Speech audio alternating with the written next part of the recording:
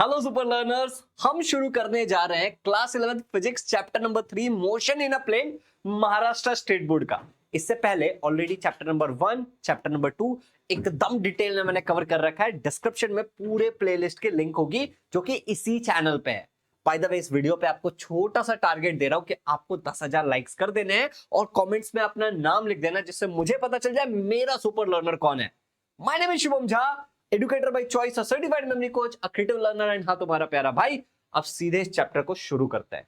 इस चैप्टर के नोट्स कहां मिलेंगे मैं पहला टॉपिक पढ़ाने के बाद आपको बताता हूं। तो learners, motion in a plane क्या पढ़ना है इस चैप्टर में भैया?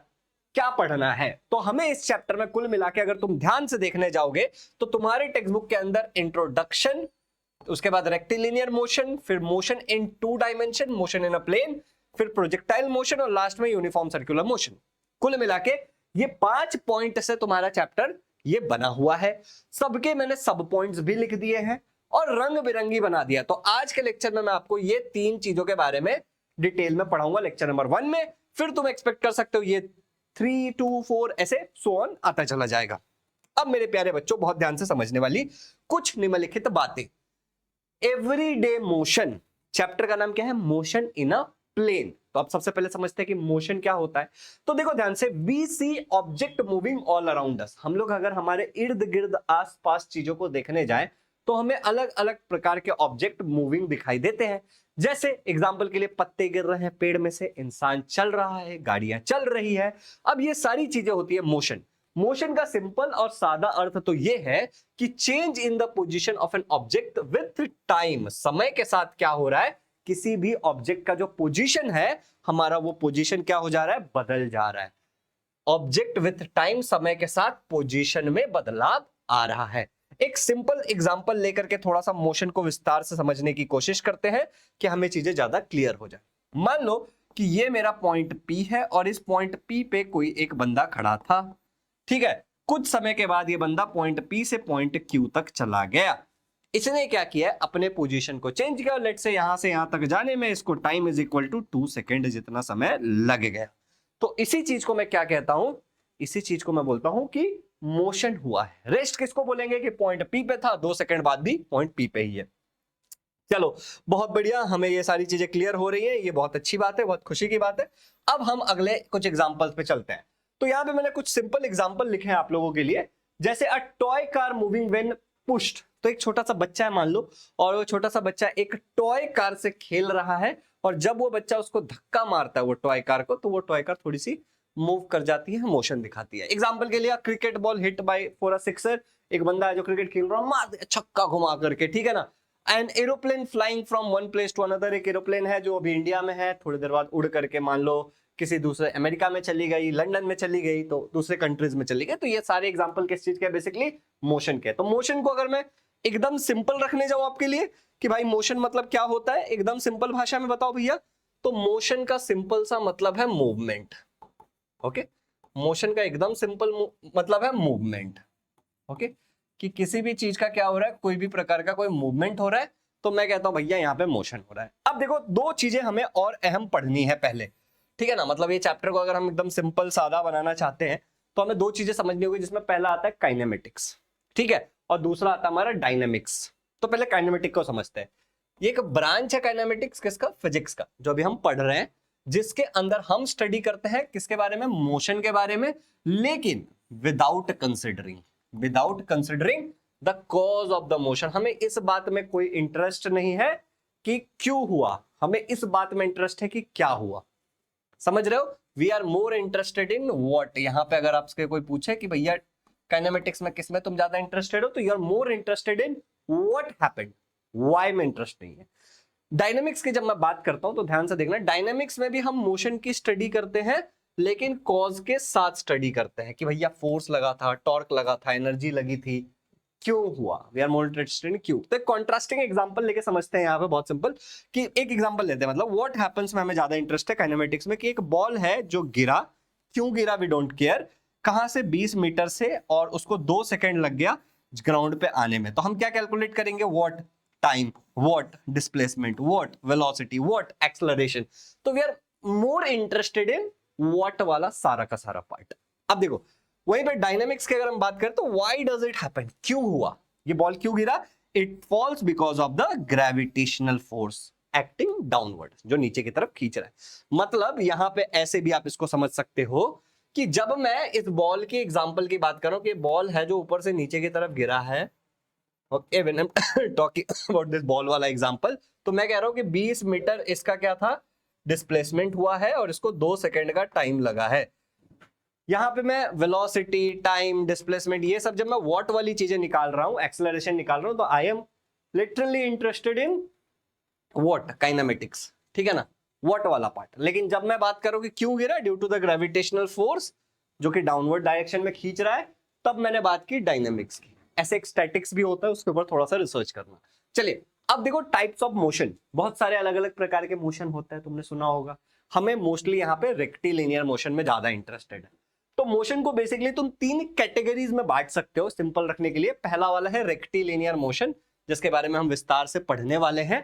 तो रेक्टिलिनियर मोशन मतलब क्या होता है, motion along a straight line, अभी डिटेल में थोड़ा बात करेंगे। दूसरा क्या होता है, इसको तुम 1D भी बोल सकते हो कि 1 डायमेंशन के अंदर तुम इंटरेस्टेड हो। बहुत सारे लोग कंफ्यूज हो जाते हैं जब डी मतलब डायमेंशन की बात होती है। तो let's keep it very simple, ठीक है ना। मान लो ये तुम्हारा y एक्सिस है, लेट्स से ये तुम्हारा x एक्सिस है और ये तुम्हारा z एक्सिस है, ओके। ये तुम्हारे 3 एक्सिस है, ठीक है, x एक्सिस, ठीक है, ये तुम्हारा y एक्सिस, मैं थोड़ा सिंपल कर रहा हूं तुम्हारे लिए, और लेट्स से ये तुम्हारा है z एक्सिस, ओके, ये है तुम्हारा z एक्सिस। अब जब मैं बात करता हूं कि along a straight line 1D, इसका मतलब क्या है कि मान लो एक पार्टिकल है, ये केवल एक ही डायरेक्शन में जा सकता है, या तो x की तरफ जाएगा, या तो y की तरफ जाएगा, या तो z की तरफ जाएगा, आगे पीछे ऊपर नीचे दाएं बाएं। मतलब या तो मैं ऐसे ऐसे आगे जा सकता हूं या फिर ऐसे पीछे जा सकता हूं, बट एक ही एक्सिस पे रहूंगा मैं, मेरा बाकी सारा एक्सिस का जो कोऑर्डिनेट होगा वो 0 होगा। जब दूसरी हम बात करते हैं मोशन इन अ प्लेन, जो कि अभी हम पढ़ेंगे इस चैप्टर के अंदर, तो मैं बात करता हूं 2 डायमेंशनल मोशन के बारे में। 2D मतलब यहाँ पे हम 2 एक्सिस के बारे में इंटरेस्टेड है कि x पे क्या हुआ, z पे क्या हुआ, z पे y पे क्या हुआ, 2 एक्सिस की बात करते हैं हम। मतलब मेरा पार्टिकल का कोऑर्डिनेट हमेशा 2 एक्सिस में आएगा, x, y या फिर समथिंग एल्स, ठीक है ना। मतलब जनरल बता रहा हूं, यहाँ पे x, y नहीं आएगा। फिर आता है मोशन इन अ स्पेस, जिसमें होता है 3 डायमेंशनल मोशन। इसमें हम ज्यादा इंटरेस्टेड होते हैं 3D में, मतलब तीनों कोऑर्डिनेट्स पे हमें इंटरेस्ट होता है। चलो, तो आई होप कि यहां तक क्लियर हो गया। अब एक बहुत इंपॉर्टेंट चीज समझते हैं before we actually learn more about rectilinear motion, जो कि हमारा एक पहला पॉइंट और दूसरा पॉइंट है, मतलब इंट्रोडक्शन के बाद वाला। Frame of reference.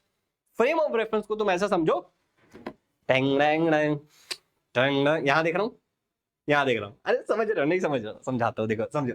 Frame of reference क्या होता है, एक कोऑर्डिनेट सिस्टम होता है, ठीक है ना। ये क्या है basically, it's a coordinate system, ठीक है, in which observer is at the origin. तुम्हारा जो ऑब्जर्वर है वो कहां पे है, ओरिजिन पे है। सिंपल रखते हैं, देखो यहां पे ध्यान से सुनो। If the frame of reference changes, observation will change. और सिंपल एग्जांपल दूं, चलो यहां पे देखो, ये एक गाड़ी है और ये गाड़ी चल रही है, ठीक है ना। लेट्स से कि हम कहते हैं कि ये वाली जो हमारी गाड़ी है, ये गाड़ी चल रही है और इस डायरेक्शन में चल रही है, इसकी जो वेलोसिटी है वो इस डायरेक्शन में है। सी वाला, और यहाँ पे ए जो है इज एट रेस्ट, ए वाला एट रेस्ट है, कोई मोशन नहीं कर रहा है। बी भी अपने सीट पे बैठा हुआ है, B is also at rest, okay. A ने जब बी को देखा अपने रेफरेंस से, मतलब ए ने जब बी को देखा कहां से, अपने, इस चीज को बिल्कुल इग्नोर मारना, ठीक है, ये हम थोड़ा जुगाड़ से चला रहे थे, इसका कोई फायदा नहीं है, ओके। तो यहाँ पे देखो, ए ने जब बी को देखा तो A was at B was at rest, B ने जब ए को देखा तो ए वॉज एट रेस्ट, गाड़ी के अंदर ही है, ठीक है ना। जब सी ने इन दोनों को देखा तो इसने देखा कि भैया मोशन में है, कौन, दोनों, कौन दोनों, ए और बी, ए और बी दोनों मोशन में। क्यों, क्योंकि गाड़ी मोशन में थी, समझे क्या। तो अगर फ्रेम ऑफ रेफरेंस हमारा बदल जाता है किसी भी कारण से, तो ऑब्जर्वेशन बदल जाता है। तो अब ये बंदा देखो, ए जो है वो बी को देख रहा है तो रेस्ट पे दिख रहा है, लेकिन वही सी जब बी को देख रहा है तो उसको मोशन में दिख रहा है। क्यों, क्योंकि वो कहीं और से देख रहा है, वो गाड़ी के अंदर से नहीं देख रहा है। फ्रेम ऑफ रेफरेंस मतलब तुम कहां से देख रहे हो, सिंपल, उसके कोऑर्डिनेट्स, ठीक है। चलिए अब यहां पे देखते हैं, अगला हमारा पॉइंट है, मतलब 3.2 रेक्टिलिनियर मोशन। क्या होता है रेक्टिलिनियर मोशन, ये गाड़ी है मान लो, ये रास्ता है मान लो, और ये जो गाड़ी है motion along a straight line. मतलब तुम इस तरीके से समझो कि ये जो तुम्हारी गाड़ी है वो इस डायरेक्शन में केवल जाएगी, आगे जाएगी, या फिर वापस पीछे आएगी। इस चीज को तुम बोलोगे rectilinear motion, motion along a straight line, ठीक है ना। इसी को हम लोग लीनियर मोशन भी बोलते हैं, याद रखना है ना। इसी को we also call it linear motion, rectilinear motion, linear motion या फिर motion along a straight line. तीनों का मतलब क्या है कि एक स्ट्रेट लाइन में क्या हो रहा है, हमारा पूरा मूवमेंट, पूरा मोशन हो रहा है। चलिए आगे बढ़ते हैं और अब समझते हैं पाथ लेंथ, जिसको बोलते हैं डिस्टेंस, ठीक है ना। अब जब भी तुम रेक्टिलिनियर मोशन या 2D 3D कोई भी मोशन करते हो तो तुम कुछ डिस्टेंस ट्रैवल कर रहे हो, राइट। तो वही जो डिस्टेंस ट्रैवल्ड है वो है पाथ लेंथ, रास्ता तुमने कितना ट्रैवल किया। अब यहां पे ध्यान से देखते हैं, actual distance travelled by the object, इसको हम क्या बोलते हैं, we call it as distance. अगर तुमसे कोई भी पूछता है कि भैया डिस्टेंस क्या होगा, तो तुम बोलोगे कि डिस्टेंस कुछ और नहीं होगा, डिस्टेंस होता है actual path travelled bye an object, कितना डिस्टेंस तुमने एक्चुअली ट्रैवल किया है। एक स्केलर क्वांटिटी है, मतलब यहां पे डायरेक्शन का कोई इंपॉर्टेंट नहीं है, ठीक है ना, इंपॉर्टेंस नहीं है। ये एक स्केलर क्वांटिटी है, पाथ लेंथ तुम्हारा एक स्केलर क्वांटिटी है, distance is a scalar quantity. अब देखो यहां पे ध्यान से एग्जांपल लेते हैं बड़ा प्यारा सा। मान लो कि तुम यह पॉइंट ए पे थे, ठीक है ना, पॉइंट ए से तुम पॉइंट बी तक गए, और मैं कहता हूं कि पॉइंट ए से जब तुम पॉइंट बी तक गए तो लेट्स से कि तुमने 10 मीटर ट्रेवल किया। फिर तुमको याद है अरे अरे अरे मैं अपने दोस्त को लेना भूल गया, तो फिर तुम बी से पॉइंट सी तक गए, ठीक है ना। यहां से यहां तक अब तुमने 15 मीटर ट्रेवल किया। अब अगर तुमसे कोई पूछता है कि तुम्हारा डिस्टेंस कितना है, तो तुम सिंपल अलजेब्रिक एडिशन करोगे कि पहले मैंने 10 मीटर ट्रैवल किया, उसके बाद मैंने 15 मीटर ट्रैवल किया, टोटल मेरा हो गया 10 और 15 25 मीटर, ये है मेरा डिस्टेंस, ठीक है। अब यहीं पे जब हम डिस्प्लेसमेंट की बात करते हैं तो ध्यान से देखना, डिस्प्लेसमेंट एक वेक्टर क्वांटिटी है। यहाँ पे जो ये है इसका मतलब कुछ इस तरीके से, ठीक है ना। डिस्प्लेसमेंट क्या है, एक वेक्टर क्वांटिटी है। डिस्प्लेसमेंट में क्या होता है, हैज मैग्नीट्यूड प्लस डायरेक्शन। अब यहाँ पे मैग्नीट्यूड का मतलब है, जो हमने अभी 25 मीटर की बात की थी ना, वो 25 मीटर यहाँ पे जैसे कि मैग्नीट्यूड हम बोल सकते हैं। मतलब न्यूमेरिकल वैल्यू को हम क्या बोलते हैं, न्यूमेरिकल वैल्यू को हम मैग्नीट्यूड बुलाते हैं, ठीक है ना। जो न्यूमेरिकल वैल्यू होती है उसकी, उसको हम लोग मैग्नीट्यूड बुलाते हैं, ठीक है ना। और डायरेक्शन भी होगा यहाँ पे। एग्जांपल के लिए देखो यहाँ पे shortest distance between start point and and point. अब मैं तुमको बड़ा प्यारा एग्जांपल देता हूँ, यहाँ पे देखो पहले। मान लो कि तुम एग्जांपल के लिए ए से बी पे गए, ओके, ए से बी पे गए, तो ए क्या है, तुम्हारा स्टार्टिंग पॉइंट है, मैं कह देता हूं ओरिजिन, ठीक है ना। ये तुम्हारा स्टार्टिंग पॉइंट है जिसको मैं ओरिजिन बुलाता हूं। फिर तुम बी से सी की तरफ आए, पॉइंट सी की तरफ आए, ये तुम्हारा क्या है, एंड पॉइंट है, this is your and point. तो तुम ए से बी गए और फिर बी से सी आए, टोटल तुमने इतना ट्रैवल किया। लेकिन जब तुम डिस्प्लेसमेंट की बात करते हो तो तुम shortest distance between start and and point निकालते हो। तो ये तुम्हारा स्टार्ट पॉइंट था ए, तो यहां से यहां तक शॉर्टेस्ट डिस्टेंस कितना होगा, यहां से यहां तक। अब ये सब एक ही लाइन में, मैंने ओवरलैप हो रहा है मान लो, तो ये वाला पॉइंट यहां से लेके यहां तक ये शॉर्टेस्ट डिस्टेंस होगा। स्टार्ट यहां पे हुआ, एंड यहां पे हुआ, तो ये मेरा शॉर्टेस्ट डिस्टेंस है, समझ गए। तो यहां पे आएगा 5 मीटर, तो डिस्प्लेसमेंट कितना हो गया, 5 मीटर। एक और एग्जांपल लेते हैं। अब मान लो कि एक सर्कल ले लेते हैं हम लोग, ठीक है ना, एक सर्कल लेते हैं। चलो इसका रंग थोड़ा सा अलग करना पड़ेगा सर्कल का।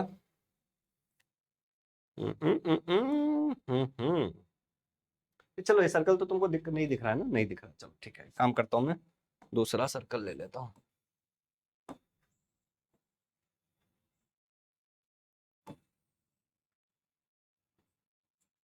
चलो तो ये मान लो एक सर्कल है, ओके, अब ये तुमको दिख रहा होगा। और ये वाला जो मेरा सर्कल है, मान लो उसके मैं इस वाले पॉइंट पे हूँ, पॉइंट पी पे हूँ, ओके, और ये मेरा पॉइंट क्यू है, लेट्स से, ठीक है। अब मैं जो एक रास्ता ट्रैवल किया, मैंने जो रास्ते से ट्रैवल किया, लेट्स से वो वाला जो मेरा रास्ता है वो ये वाला रास्ता है, ओके, ये वाला मेरा रास्ता है पी से क्यू तक जाने का। तो मेरा डिस्प्लेसमेंट कितना हो जाएगा और डिस्टेंस क्या होगा। तो डिस्टेंस क्या होता है, तुमने कितना एक्चुअली ट्रैवल किया।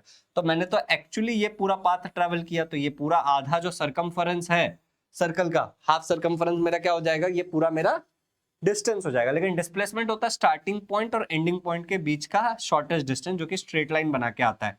तो ये जो डायमीटर निकलेगा ये मेरा डिस्प्लेसमेंट हो जाएगा। तो जरूरी नहीं है कि डिस्प्लेसमेंट निकालने के टाइम तुम उस रास्ते पे ट्रैवल भी करो, जो कोई जरूरत नहीं है। डिस्प्लेसमेंट मतलब स्टार्टिंग पॉइंट एंडिंग पॉइंट के बीच का एक स्ट्रेट लाइन, सबसे छोटा डिस्टेंस। एग्जांपल एक और लेते हैं, चलो एक और एग्जांपल लेते हैं, ट्रायंगल बनाते हैं अब की बार। तो लेट्स से ये एक ट्रायंगल है, ओके, लेट्स से ये वाला एक ट्रायंगल है, और तुम क्या करते हो, तुम इस पॉइंट से लेके हम ये ले लेते हैं, मान लो तुम इस पॉइंट से लेके पॉइंट ए से लेकर के, ठीक है ना, तुम पॉइंट बी तक गए। कैसे जाओगे? दो रास्ते हैं तुम्हारे पास, एक तो तुम यूं जा सकते हो या तो यूं जा सकते हो, तो तुम ये वाले रास्ते से गए। तो ये जो पूरा इसका तुम मेजरमेंट करोगे, मान लो यहां से यहां तक 2 मीटर, ठीक है ना, यहां से यहां तक मान लो 1 मीटर, तो 3 मीटर ये तुम्हारा क्या आएगा? डिस्टेंस आएगा। लेकिन डिस्प्लेसमेंट के टाइम पे तुम स्टार्टिंग और एंडिंग को सीधे कनेक्ट कर दोगे, और लेट्स से ये 3 मीटर था, तो ये तुम्हारा 3 मीटर सिंपली आ गया। या फिर लेट्स से ये 1 मीटर था, तो ये 1 मीटर तुम्हारा सीधे सीधे क्या आ जाएगा? डिस्प्लेसमेंट। तो डिस्प्लेसमेंट क्या होता है? स्टार्टिंग और एंडिंग को जोड़ने वाला एक straight line, simple shortest path. ठीक है, चलिए यहां तक हमें डिस्प्लेसमेंट अच्छे से समझ में आ गया। कुछ नोट करने वाली बातें हैं, बिल्कुल ध्यान रखेंगे हम। डिस्टेंस जो है हमारा, मैं कहना क्या चाह रहा हूं यहाँ पे, देखो कि जो मेरा डिस्टेंस होता है वो ग्रेटर देन इक्वल टू होता है डिस्प्लेसमेंट। ओके, तो इसका मतलब क्या होगा कि भैया, इसका मतलब ये है कि अगर तुम ट्रैवल कर रहे हो तो डिस्टेंस कभी भी जीरो नहीं होगा, लेकिन डिस्प्लेसमेंट जीरो हो सकता है। बोलोगे भैया नहीं समझा, नहीं तुम्हें पढ़ाया है ये सब चीजें। देखो, distance is always greater than equal to, मतलब या तो यहाँ पे दो चीजें निकल रही है, तो या तो जो मेरा डिस्टेंस है वो इक्वल टू होगा। अच्छा, ये डब्बे के इसके अंदर का मतलब क्या है? मैग्नीट्यूड। ओके, तो मेरा जो डिस्टेंस है वो या तो डिस्प्लेसमेंट से बराबर होगा। तो पहला प्रश्न ये है कि डिस्टेंस और डिस्प्लेसमेंट बराबर कब होगा? डिस्टेंस और डिस्प्लेसमेंट बराबर तब होता है जब स्ट्रेट लाइन में मोशन होता है। ठीक है ना, स्ट्रेट लाइन में मोशन होगा तब डिस्टेंस और डिस्प्लेसमेंट हमेशा बराबर होता है, और एक ही तरफ हो रहा है, मतलब सीधे सीधे। ठीक है ना, ऐसा नहीं कि जाके वापस आए, एक स्ट्रेट लाइन में बंदा चीजें गया है। अच्छा, डिस्टेंस जो है हमारा वो ग्रेटर देन कब होगा डिस्प्लेसमेंट के? जब स्टार्टिंग पॉइंट और एंडिंग पॉइंट मान लो सेम है। एक एग्जांपल के लिए, ठीक है ना, तो जैसे हमने यहां से स्टार्ट किया, पॉइंट ए से स्टार्ट किया, पॉइंट बी तक गए, ओके, और फिर पॉइंट वापस आकर के पॉइंट ए पे आ गए। ठीक है ना, तो यहीं से स्टार्ट किया तो वापस यहीं पे आ गए। अब क्या हुआ, मान लो ये 2 मीटर का रास्ता था, तो 2 मीटर गए, 2 मीटर आए, 4 मीटर हमारा क्या हो गया? डिस्टेंस हो गया। लेकिन हमने जहां से स्टार्ट किया था हम वहीं पे आके रुक गए, तो हमारा जो डिस्प्लेसमेंट हो गया वो 0 हो गया। तो distance is greater than displacement. ठीक है, तो ये हमारे कुछ बड़े सिंपल सादे से एग्जाम्पल थे जो तुमको बिल्कुल भूलना नहीं है, बिल्कुल याद रखने वाली बात है। चलो, अब थोड़े से और भी चीजें हैं जो हम याद रखेंगे, तो वो भी याद रखने की थोड़ी सी कोशिश करते हैं मन लगा के। तो देखो, अगला क्या है कि distance is equal to displacement जब रेक्टिलिनियर मोशन होता है। मतलब क्या कहना चाह रहा हूं मैं कि motion in a straight line, जो मैंने तुमको ऑलरेडी बताया भी है कि अगर मेरा मोशन एक स्ट्रेट लाइन में हो रहा है, इन दैट केस ओनली। ठीक है, चलिए अब एवरेज स्पीड की बात करते हैं। बड़ा बढ़िया टॉपिक है, बच्चों को बड़ा कंफ्यूजन होता है कि भाई क्या होता है एवरेज स्पीड। लोगों के दिमाग में नहीं घुसता कि एवरेज स्पीड क्या है। तो समझो, एवरेज स्पीड का मतलब क्या है? Total distance length divide by total time. ठीक है ना, सिंपल अगर भाषा में मैं तुमको बताने जाऊं कि एवरेज डिस्टेंस मेरा क्या है, ठीक है ना, एक एग्जांपल लेंगे। तो मैंने क्या कहा? टोटल डिस्टेंस, ये देखो जिनको नहीं समझ में आ रहा है उनके लिए, ठीक है ना, total distance divide by total time. Okay, total मैंने डिस्टेंस कितना ट्रैवल किया डिवाइड बाय टोटल टाइम। तो लेट्स से कि एक इंसान है जो 1 मीटर ट्रैवल करता है 2 सेकंड में, फिर 5 मीटर ट्रैवल करता है अगले 3 सेकंड्स में, फिर 7 मीटर ट्रैवल करता है लेट्स से अगले 5 सेकंड में। अब तुमको इसका एवरेज स्पीड निकालना है, तो फॉर्मूला के हिसाब से टोटल डिस्टेंस कितना है? 1, 5 और 7, तो 1 + 5 + 7। अभी हम क्वेश्चंस भी करेंगे इसके ऊपर। डिवाइड बाय टोटल टाइम कितना है? 3, 2, 5 और 5, तो 2 + 3 + 5। तो ये देखो, ये कितना हो गया? 6 और 7, 7 7 14 होता है, पर ये होगा 13। ओके, अच्छा ये कितना हो गया? 10, तो ये आ जाएगा 1.3 मीटर पर सेकेंड। तो बोलोगे भैया मीटर पर सेकेंड क्यों? क्योंकि हम स्पीड की बात कर रहे हैं। तो जब भी मैं स्पीड की बात करता हूं तो स्पीड का जो एसआई यूनिट होता है वो क्या होता है? मीटर पर सेकेंड, चाहे वो एवरेज स्पीड हो चाहे वो कोई भी स्पीड हो। और जब भी मैं स्पीड की बात करता हूं तो जो मेरा सीजीएस यूनिट होता है, मेरा सीजीएस यूनिट होता है सेंटीमीटर पर सेकेंड। अगर तुमसे किसी ने पूछा कि एवरेज स्पीड की डायमेंशन क्या होगी, तो डायमेंशन तुम बड़ा सिंपल लिखोगे, ऊपर मीटर है तो L1 आ जाएगा, मास कुछ नहीं है तो m0 आ जाएगा, और सेकंड नीचे है ऊपर जाएगा तो t⁻⁻1 हो जाएगा। ये तुम्हारे डायमेंशन हो जाएंगे।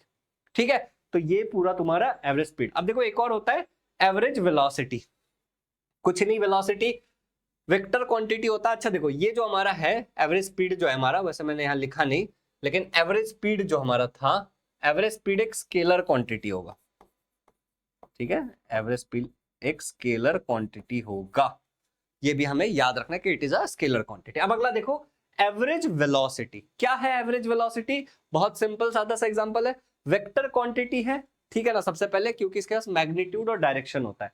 अब ये जो वेलोसिटी का जो मैग्नीट्यूड होता है ये क्या होता है? ये बेसिकली स्पीड होता है, ठीक है ना, मतलब अगर स्पीड के साथ अगर मैं डायरेक्शन मिला दूं तो जो मैं उसको बुलाता हूं है वेक्टर क्वांटिटी बन जाता है, वेलोसिटी बोल देते हैं हम उसको, ठीक है ना। तो वेक्टर क्वांटिटी है, इसके पास मैग्नीट्यूड और डायरेक्शन है। अभी हम वेलोसिटी की बात कर रहे हैं, ठीक है ना, तो वेलोसिटी के केस में हमें ये बात कर रहा हूं, ठीक है।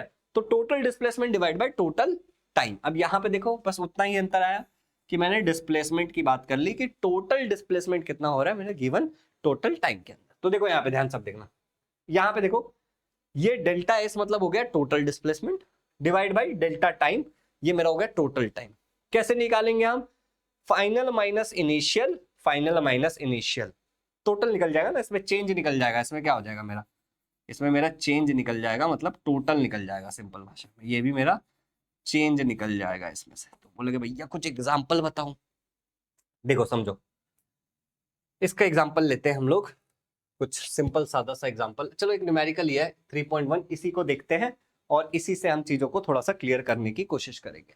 तो न्यूमेरिकल बड़ा सिंपल है, जरा ध्यान से देखना है इस न्यूमेरिकल को हमें, कितना सिंपल है। A person walks from point P to point Q, तो लेट्स से कि एक पॉइंट पी है यहाँ पे, ओके, लेट्स से यहाँ पे एक पॉइंट पी है और लेट्स से यहाँ पे कहीं तो एक पॉइंट क्यू है, ओके, और एक हमारा मनुष्य है जो पॉइंट पी से पॉइंट क्यू तक वॉक करना शुरू करता है। तो लेट्स से ये आदमी ने यहाँ से यहाँ तक वॉक करना शुरू किया पॉइंट पी से पॉइंट क्यू तक। उसके बाद देखो क्या है, along a straight line road in 10 minutes, तो इसको जो यहाँ से यहाँ तक जाने में जो टोटल टाइम लग रहा है, हम कह रहे हैं कि भैया इसको जो टाइम लग गया वो लग गया 10 मिनट।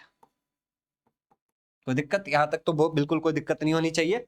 फिर कह रहा है and turns back and returns to point R, तो मान लेते हैं which is the midway between P and Q, तो पी और क्यू के बीच में कहीं पे एक पॉइंट है, बीच में यहाँ पे लिखा हुआ है Midway between P and Q after further 4 minutes. तो अब यहां से बंदा वापस आया, ठीक है ना, यहां से लेट्स से इस डायरेक्शन में गया था, वैसे इस डायरेक्शन में गया था, अब जो हमारा बंदा है वो वापस आया, यहां से वापस आया, अब यहां तक पहुंचा है पॉइंट क्यू तक, वो सब ऊपर ही चल रहा है, मैं जस्ट एक एग्जांपल के लिए तुमको यहाँ पे समझा रहा हूँ। तो हमारा बंदा यहाँ पे वापस आ गया, ये पॉइंट आर है, और P and Q after further 4 minute, तो इसको वापस यहाँ से यहाँ तक आने में टाइम कितना लग गया, मतलब क्यू से वापस आर तक आने में इसको जो टाइम लग गया वो लग गया और 4 मिनट का समय लग गया इसको, okay. If P Q is 1 kilometre, ये जो मेरा पूरा पी क्यू का कार्यक्रम है वो मेरा पूरा पी क्यू कितना है 1 किलोमीटर। इफ कहाँ गया पी क्यू इज 1 किलोमीटर, तो यहां से यहां तक पूरा पी क्यू मेरा 1 किलोमीटर है, okay. Find the average speed and velocity of the person in going from P to R, तो तुमको पी से आर तक, यहां तक का तुमको कार्यक्रम ढूंढ के बताना है कि भैया पी टू आर में तुमको बताना है एवरेज स्पीड और एवरेज वेलोसिटी, ये दो चीजें तुम्हें निकालनी है। अब प्रश्न उठता है कि ऐसे क्वेश्चन को हम सॉल्व कैसे करेंगे? तो ये क्वेश्चन बड़े सिंपल होते हैं, एक सेकेंड, ये क्वेश्चन बड़े सिंपल है, हम इनको बड़े आराम से सॉल्व कर सकते हैं। सबसे पहले हमें टोटल टाइम निकालना है। देखो हमारा जो भी है एवरेज स्पीड की भी अगर मैं बात करूं या फिर एवरेज हम हमारे उसकी बात करें, एवरेज स्पीड की पहले बात कर लेते हैं, ठीक है ना। Average speed, simple average speed क्या होता है, total distance, okay, total distance होता है यहाँ पे डिवाइड बाय टोटल टाइम। अब मुझे बताओ टोटल डिस्टेंस हमारा कितना कवर किया है बंदे ने? टोटल डिस्टेंस 1 किलोमीटर गया और फिर बीच में कहीं पॉइंट था, ठीक है ना, 1 किलोमीटर गया, ये देखो पूरा 1 किलोमीटर गया और ये 0.5 किलोमीटर है क्योंकि आधे रास्ते में है, तो टोटल डिस्टेंस कितना हो जाएगा मेरा, मैं कह दूंगा 1 प्लस 0.5, और टोटल टाइम कितना लग गया इसको। टाइम के बारे में अगर मैं क्या बताया यहाँ पे कि पहले जाने में 10 सेकंड लगे थे, हाँ पहले जाने में 10 मिनट लगे थे और फिर आने में 4 मिनट लगा, तो टोटल कितना हो गया 14 मिनट हो गया यहाँ पे, तो यहाँ पे आ गया 14 मिनट। अब ये आ जाएगा 1.5 डिवाइड बाई 14, अब इसको कैसे सॉल्व करोगे, यहाँ पे भी 10 से मल्टीप्लाई कर दो, यहाँ पे भी 10 से मल्टीप्लाई कर दो, तो आंसर आ जाएगा तुम्हारा 150, नहीं ये ऊपर आ जाएगा 15, ये आ जाएगा तुम्हारा 15 डिवाइड बाई 140। अब अगर ये 15 डिवाइड बाई 140 तुम करोगे तो 0.107 तुम्हारा आंसर आएगा, 0.107। आई थिंक यही आंसर हमारा टेक्स्ट बुक के अंदर का एग्जाम्पल है, एग्जाम्पल 3.1, 0.107। और यहाँ पे हम जो भी हिसाब किताब कर रहे हैं वो किलोमीटर, और ऊपर नीचे जो है वो मिनट में हिसाब किताब है। ठीक है, सिंपल क्वेश्चन है। अब देखो यहीं पे अगर मैं एवरेज वेलोसिटी की बात करता हूँ, ठीक है ना, इसी क्वेश्चन में अगर मैं एवरेज वेलोसिटी के बारे में बात करता हूँ, तो एवरेज वेलोसिटी क्या होता है, total displacement divide by total time.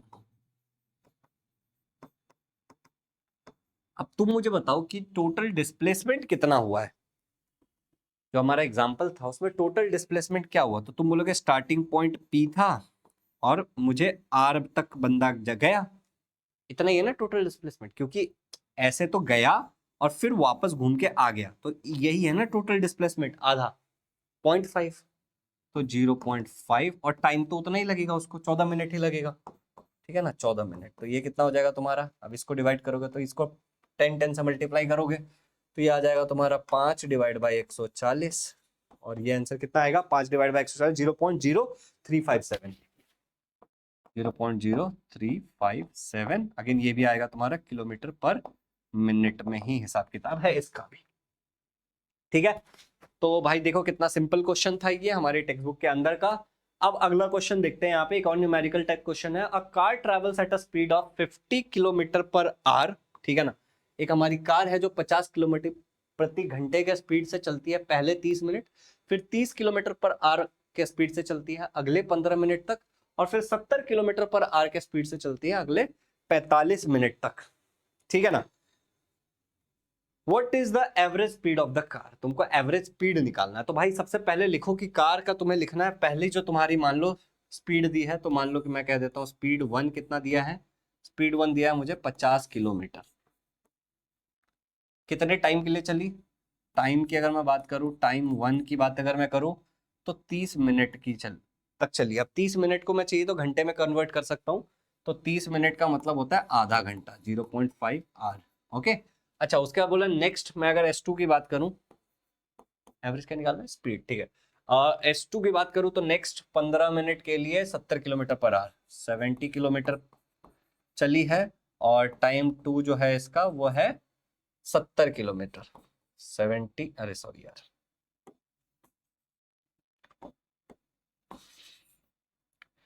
इसका जो टाइम 2 है वो है 15 मिनट के लिए, ये मिनट में था हिसाब किताब, ये है 15 मिनट के लिए। तो 15 मिनट का मतलब क्या होता भाई, 1/4 ना, 0.25 आर, यही होगा ना, 1 घंटा 4 इक्वल भाग में डिवाइड कर दो तो 0.25 आ गया इसका आंसर। ठीक है ना, अब उसके बाद देखो अगला क्या है कि अगले 70 किलोमीटर हो गया, 30 किलोमीटर पे, 1 मिनट यार, ये 50 किलोमीटर वाला ये हो गया, फिर ये 30 किलोमीटर वाला है। ओके, ये हमारा है 30 किलोमीटर वाला। अब मैं क्यों कर रहा हूँ ये भी तुमको भी थोड़ी देर में बता देता हूँ मैं, 30 किलोमीटर वाला। फिर मान लो जो स्पीड 3 था उसका वो था कितना, 70 किलोमीटर, और इसका क्या हिसाब किताब है, टाइम कितना लगा इसको, फॉर नेक्स्ट 45 मिनट्स, यहाँ पे लिखा है, ठीक है ना, फॉर नेक्स्ट 45 मिनट। तो 45 मिनट का मतलब होता है 0.75 आर। कैसे करते हैं भैया ये 0.75 आर वगैरह आप कैसे निकाल रहे हो, बहुत सिंपल है, देखो 30 मिनट है, ठीक है ना, इसको 60 से डिवाइड कर दो, कितना आ जाएगा, आधा घंटा, मतलब 0.5 आर। ठीक है ना, तो यहाँ पे कितना था, 15 मिनट था मेरे पास, तो 15 को मैंने कितने से डिवाइड कर दिया, 60 से डिवाइड कर दिया, तो 15 1 जा 15, 15 4 जा, तो ये आ गया 1/4, जिसका मतलब होता है 0.25। तो इसी लॉजिक से आप ये तीसरा वाला भी कर सकते हो, 0.75 आएगा। अच्छा भैया ये वाला स्टेप हमने किया क्यों, why we did the speed. अब देखो यहाँ पे किलोमीटर पर आवर में दिया हुआ है, इसका मतलब क्या है कि 1 घंटे के अंदर 50 किलोमीटर ट्रैवल करता है, 50 किलोमीटर पर आवर का मतलब क्या होगा? 50 किलोमीटर पर आवर। इसका मतलब क्या होगा कि 1 घंटे के अंदर 50 किलोमीटर ट्रैवल करता है। पर गाड़ी कितनी देर चली? देखो यहाँ पे, यहाँ देखो, पर गाड़ी कितनी देर चली? तो गाड़ी तो भैया 30 मिनट ही चली है। तो क्या 50 किलोमीटर ट्रैवल किया होगा? नहीं। तो डिस्टेंस कितना ट्रैवल किया होगा? 50 का आधा, मतलब 25 किलोमीटर। सिमिलरली बोल रहा है कि अगले 15 मिनट तक 70 किलोमीटर पर आवर के स्पीड से चली। तो 1 घंटे जब पूरे चलेगी तब 70 किलोमीटर चलेगी। लेकिन 1 घंटे चली क्या मेरी गाड़ी? नहीं, मेरी गाड़ी तो चली केवल नेक्स्ट 15 मिनट के लिए चली। फिर कह रहा है कि व्हाट इज द, ये वाला देखो 45 मिनट्स तक चली है। ओके, और यहाँ पे देखो, यहाँ पे कितना 30 किलोमीटर पर चली है। मतलब थोड़ा सा मैं गड़बड़ बोल रहा हूँ, बट तुम समझ रहे हो ना कि 30 किलोमीटर पर आवर का मतलब क्या है कि भैया जब मेरी गाड़ी 1 घंटे चलेगी तब 30 किलोमीटर का डिस्टेंस ट्रैवल करेगी।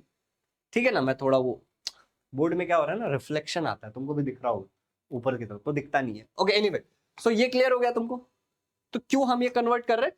क्योंकि अगर ये 30 किलोमीटर पर आवर वाला एग्जाम्पल है तो 1 घंटा चलेगा तब 30 किलोमीटर चलेगा, लेकिन गाड़ी तो 15 मिनट ही चली। 70 किलोमीटर वाला एग्जाम्पल है तो अगर 1 घंटा चलेगा तो 70 किलोमीटर चलेगा, पर मेरी गाड़ी कितनी चली? 15 मिनट, 45 मिनट से चली है। 50 किलोमीटर वाले हिसाब किताब में अगर 1 घंटा चलेगा तब 50 किलोमीटर पर कवर करेगा, लेकिन 30 मीटर ही चली है, 30 मिनट ही चली है गाड़ी।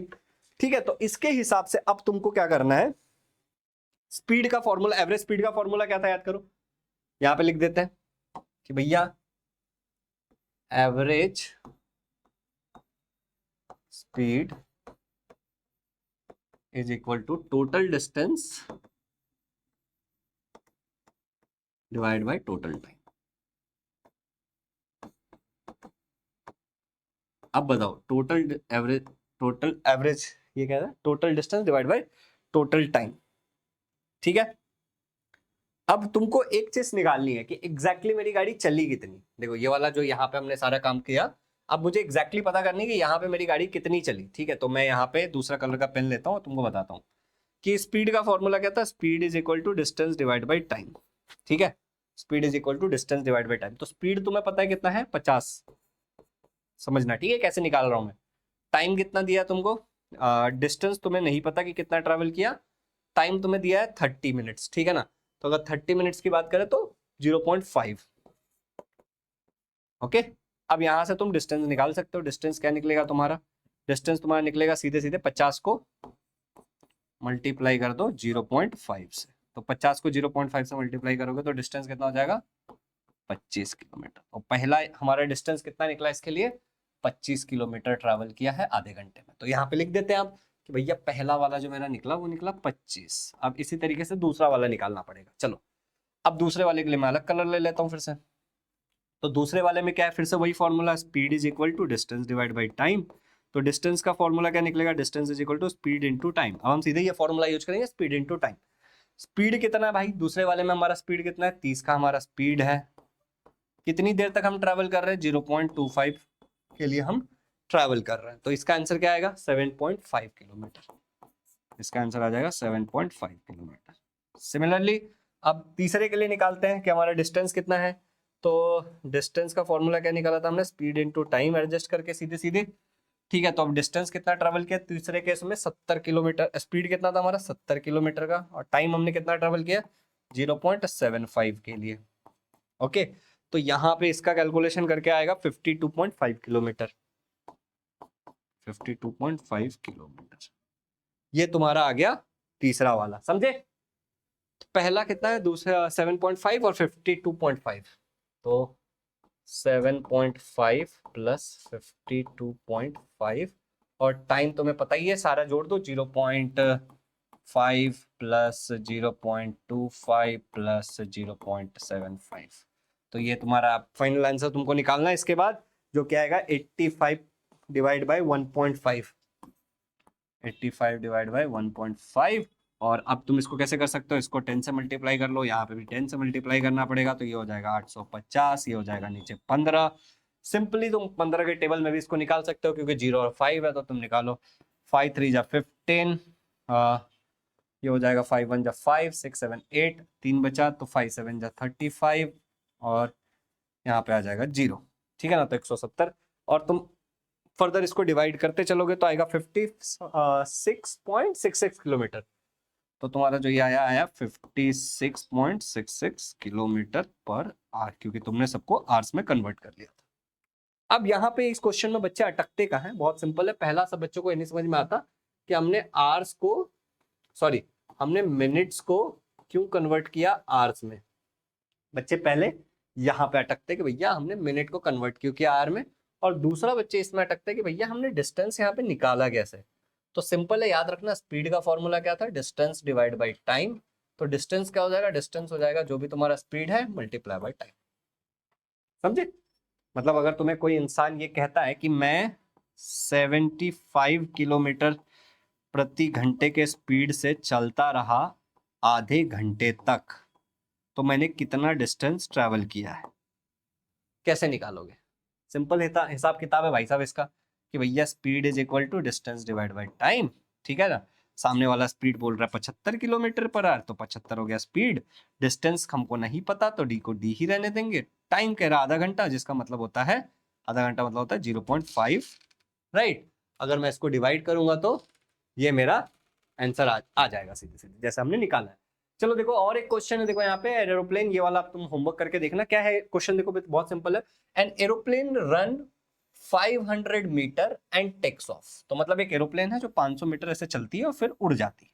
Okay, it start from rest, कह रहा है कि यू की वैल्यू तो 0 हो जाएगी, बिल्कुल 0 से स्टार्ट किया, and moves with a constant acceleration, मतलब सिंपल एक्सेलरेशन बढ़ रहा है, on the runway for 30 second, 30 second के लिए। What is the velocity of the aeroplane at the time of take off? अब इसके लिए कुछ चीजें मैं सिखाऊंगा, फिर तुम ट्राई कर सकते हो। और भी क्वेश्चंस है, उनको भी हम करेंगे लेकिन बाद में।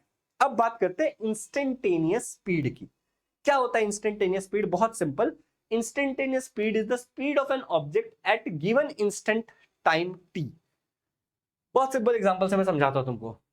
Always equal to instantaneous velocity का मैग्नीट्यूड। ये डंडे के अंदर ऐसे, ये इसके अंदर है, इसका मतलब क्या होता है कि इंस्टेंटेनियस वेलोसिटी का मैग्नीट्यूड से हमेशा बराबर होगा।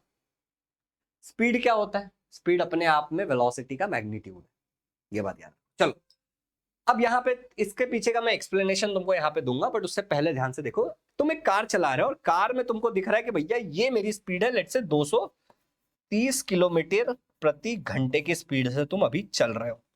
करंटली तुम देख रहे हो, मान लो बिल्कुल तुमने अपना घड़ी देखा कि भाई अभी घड़ी के बज रहा है 5, और अभी मैं अपनी गाड़ी को जो चला रहा हूं, मैं बाइक को जो चला रहा हूं, उसमें जो स्पीडोमीटर है वो मुझे दिखा रहा है 230 किलोमीटर प्रति घंटा या 240 किलोमीटर प्रति घंटा। तो तुमने क्या देखा अपने स्पीडोमीटर में? क्या देखा तुमने अपने स्पीडोमीटर में? तुमने देखा इंस्टेंटेनियस स्पीड। मतलब इस समय, अभी जिस समय मैं हूं, उस समय मेरी जो स्पीड है वो कितनी है, ये होता है मेरा इंस्टेंटेनियस स्पीड। समझे? कि इस समय, इस क्षण, जिस क्षण में मैं सारी चीजें कर रहा हूं, इस क्षण में मेरा स्पीड कितना है, इंस्टेंटेनियस स्पीड। अब देखो मैंने क्या बोला कि always equal to instantaneous velocity. Velocity क्या होता है? मैग्नीट्यूड के साथ साथ तुम स्पीड के साथ साथ डायरेक्शन भी जोड़ लो। अब स्पीड क्या है? Magnitude of velocity. वेलोसिटी का ही एक अपना मैग्नीट्यूड है। जब तुम डेल्टा टी को बहुत ज्यादा छोटा कर देते हो, मतलब तुम एकदम ऐसा नहीं कि तुम 10 मिनट तक देखते रहे या फिर तुम 5 मिनट तक देखते रहे, तब तो ये कांटा आगे पीछे ऊपर नीचे जाएगा। तुम बात कर रहे हो कि एग्जैक्टली अभी इसी क्षण में, मतलब तुमने टाइम को बहुत छोटा कर लिया। 1 घंटे में नहीं देख रहे हो तुम आधे घंटे में नहीं देख रहे हो, तुम 15 मिनट में नहीं देख रहे हो, तुम 10 मिनट में नहीं देख रहे हो, तुम 1 मिनट में नहीं देख रहे हो, तुम 1 सेकेंड से भी कम समय का देख रहे हो। मतलब एकदम इसी क्षण, अभी मैंने जैसे मान लो मैं ताली बजा, अभी कितना स्पीड था गाड़ी का, इस क्षण में जब ताली की आवाज है तुम्हारे कानों में, मतलब टाइम को तुम, जो तुम्हारा टाइम है उसको तुम बहुत ज्यादा छोटा कर देते हो। अब जब इतना छोटा टाइम होता है तो पाथ लेंथ जो होता है, displacement because of the object hasn't moved enough the curve away from the change direction. मैं समझाता हूं मैं सिंपल भाषा में। मान लो कि ये रास्ते पे तुम्हारी गाड़ी चल रही है, ओके, इस रास्ते पे तुम्हारी गाड़ी चल रही है। अगर मैं इसको जूम करता चले जाऊं, इस चीज को अगर जूम करता चले जाऊं, तो ये ऐसे छोटे छोटे स्ट्रेट लाइन से बना होगा, ऐसे छोटे छोटे स्ट्रेट लाइन से बना होगा जो धीरे धीरे मुड़ रहा है, राइट। तो जब तुम बहुत छोटे समय की बात करते हो, जब तुम बहुत छोटे इंस्टेंट की बात करते हो, उस बहुत छोटे इंस्टेंट में क्या होता है पता है? एक्चुअली में तुम्हारा डायरेक्शन चेंज ही नहीं होता, क्योंकि तुम्हारा डायरेक्शन चेंज ही नहीं हुआ। तो जो तुम्हारा स्पीड होगा वही तुम्हारा वेलोसिटी का भी मैग्नीट्यूड होगा, समझे? उतने छोटे समय में, उतने छोटे क्षण में चीजें बदली ही नहीं, एकदम सिंपल, ठीक है ना? क्लियर है? चलो यहाँ पे जो एक्सप्लेनेशन लिखा वो काफी है समझने के लिए। अब instantaneous velocity, same velocity at given instant. अब यहाँ पे देखने वाली बात ये है कि जो डायरेक्शन होता है वो tangent to the path of that instant होता है। ये हम जब करेंगे आगे तो चीजों को समझ में आएगा। वी इंस्टेंट मतलब वेलोसिटी इंस्टेंटेनियस। क्या होता है इसका मतलब? Delta S divide by delta T, जो कि हमने नॉर्मल एवरेज वेलोसिटी में देखा था। बट जब मैं इसी चीज को मैं लिमिट लगा देता हूं, अब देखो ये लिमिट वाली चीज भी ना बहुत बार बच्चों को पल्ले नहीं पड़ती कि भैया ये लिमिट क्या लगा दिया आपने इस पे। तो ये लिमिट बेसिकली क्या कर रहा है?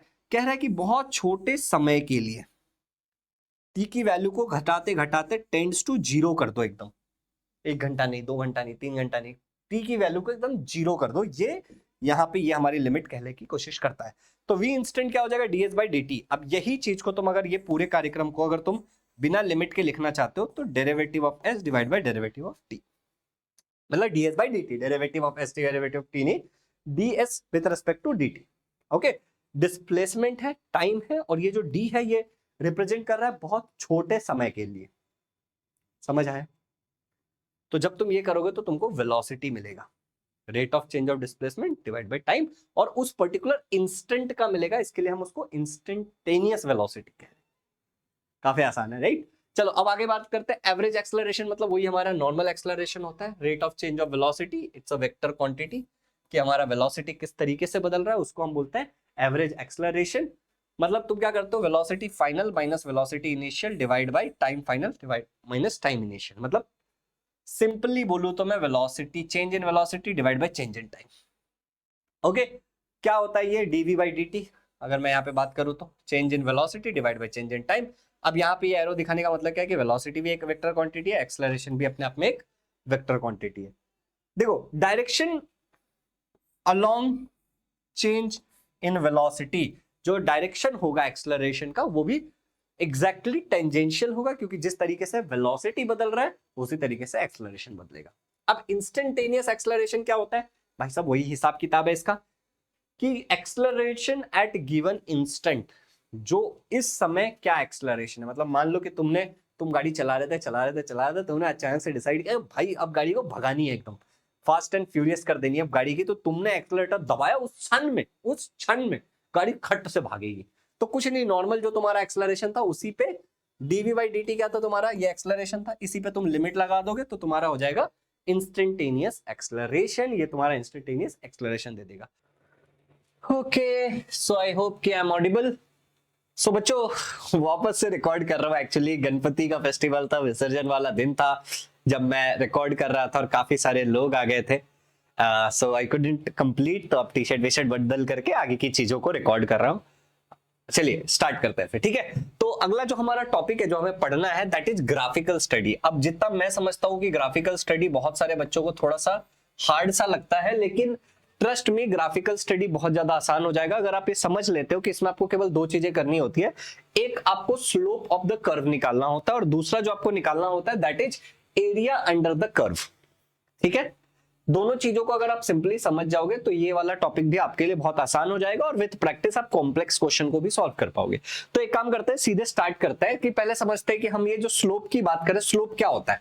आप लोगों ने एक चैप्टर पढ़ा था कोऑर्डिनेट ज्योमेट्री, अगर आपको याद होगा तो, ठीक है ना? कोऑर्डिनेट ज्योमेट्री में आपने स्लोप निकालना सीखा था कि ये जो स्लोप होता है इसका फॉर्मूला होता है y2 माइनस y1 और x2 माइनस x1। अब सवाल ये है कि ये y2 और y1 और x2 और x1 क्या है। तो इसको यहाँ पे इस तरीके से समझते हैं कि मान लो कि तुमको एक ग्राफ दिया हुआ है, okay, I hope red colour दिख रहा होगा। इस ग्राफ में ये पॉइंट है मान लो, और ये एक पॉइंट है, ये दूसरा पॉइंट है। लेट्स से कि हम कोई और पॉइंट ले लेते हैं, तो लेट्स से ये एक पॉइंट है और तुम्हारा ये वाला एक पॉइंट है, ठीक है ना? ये वाला एक पॉइंट है। इन दोनों को जब मैं कनेक्ट करूंगा तो एक स्लोप बनेगा, यही स्लोप हमें निकालना है।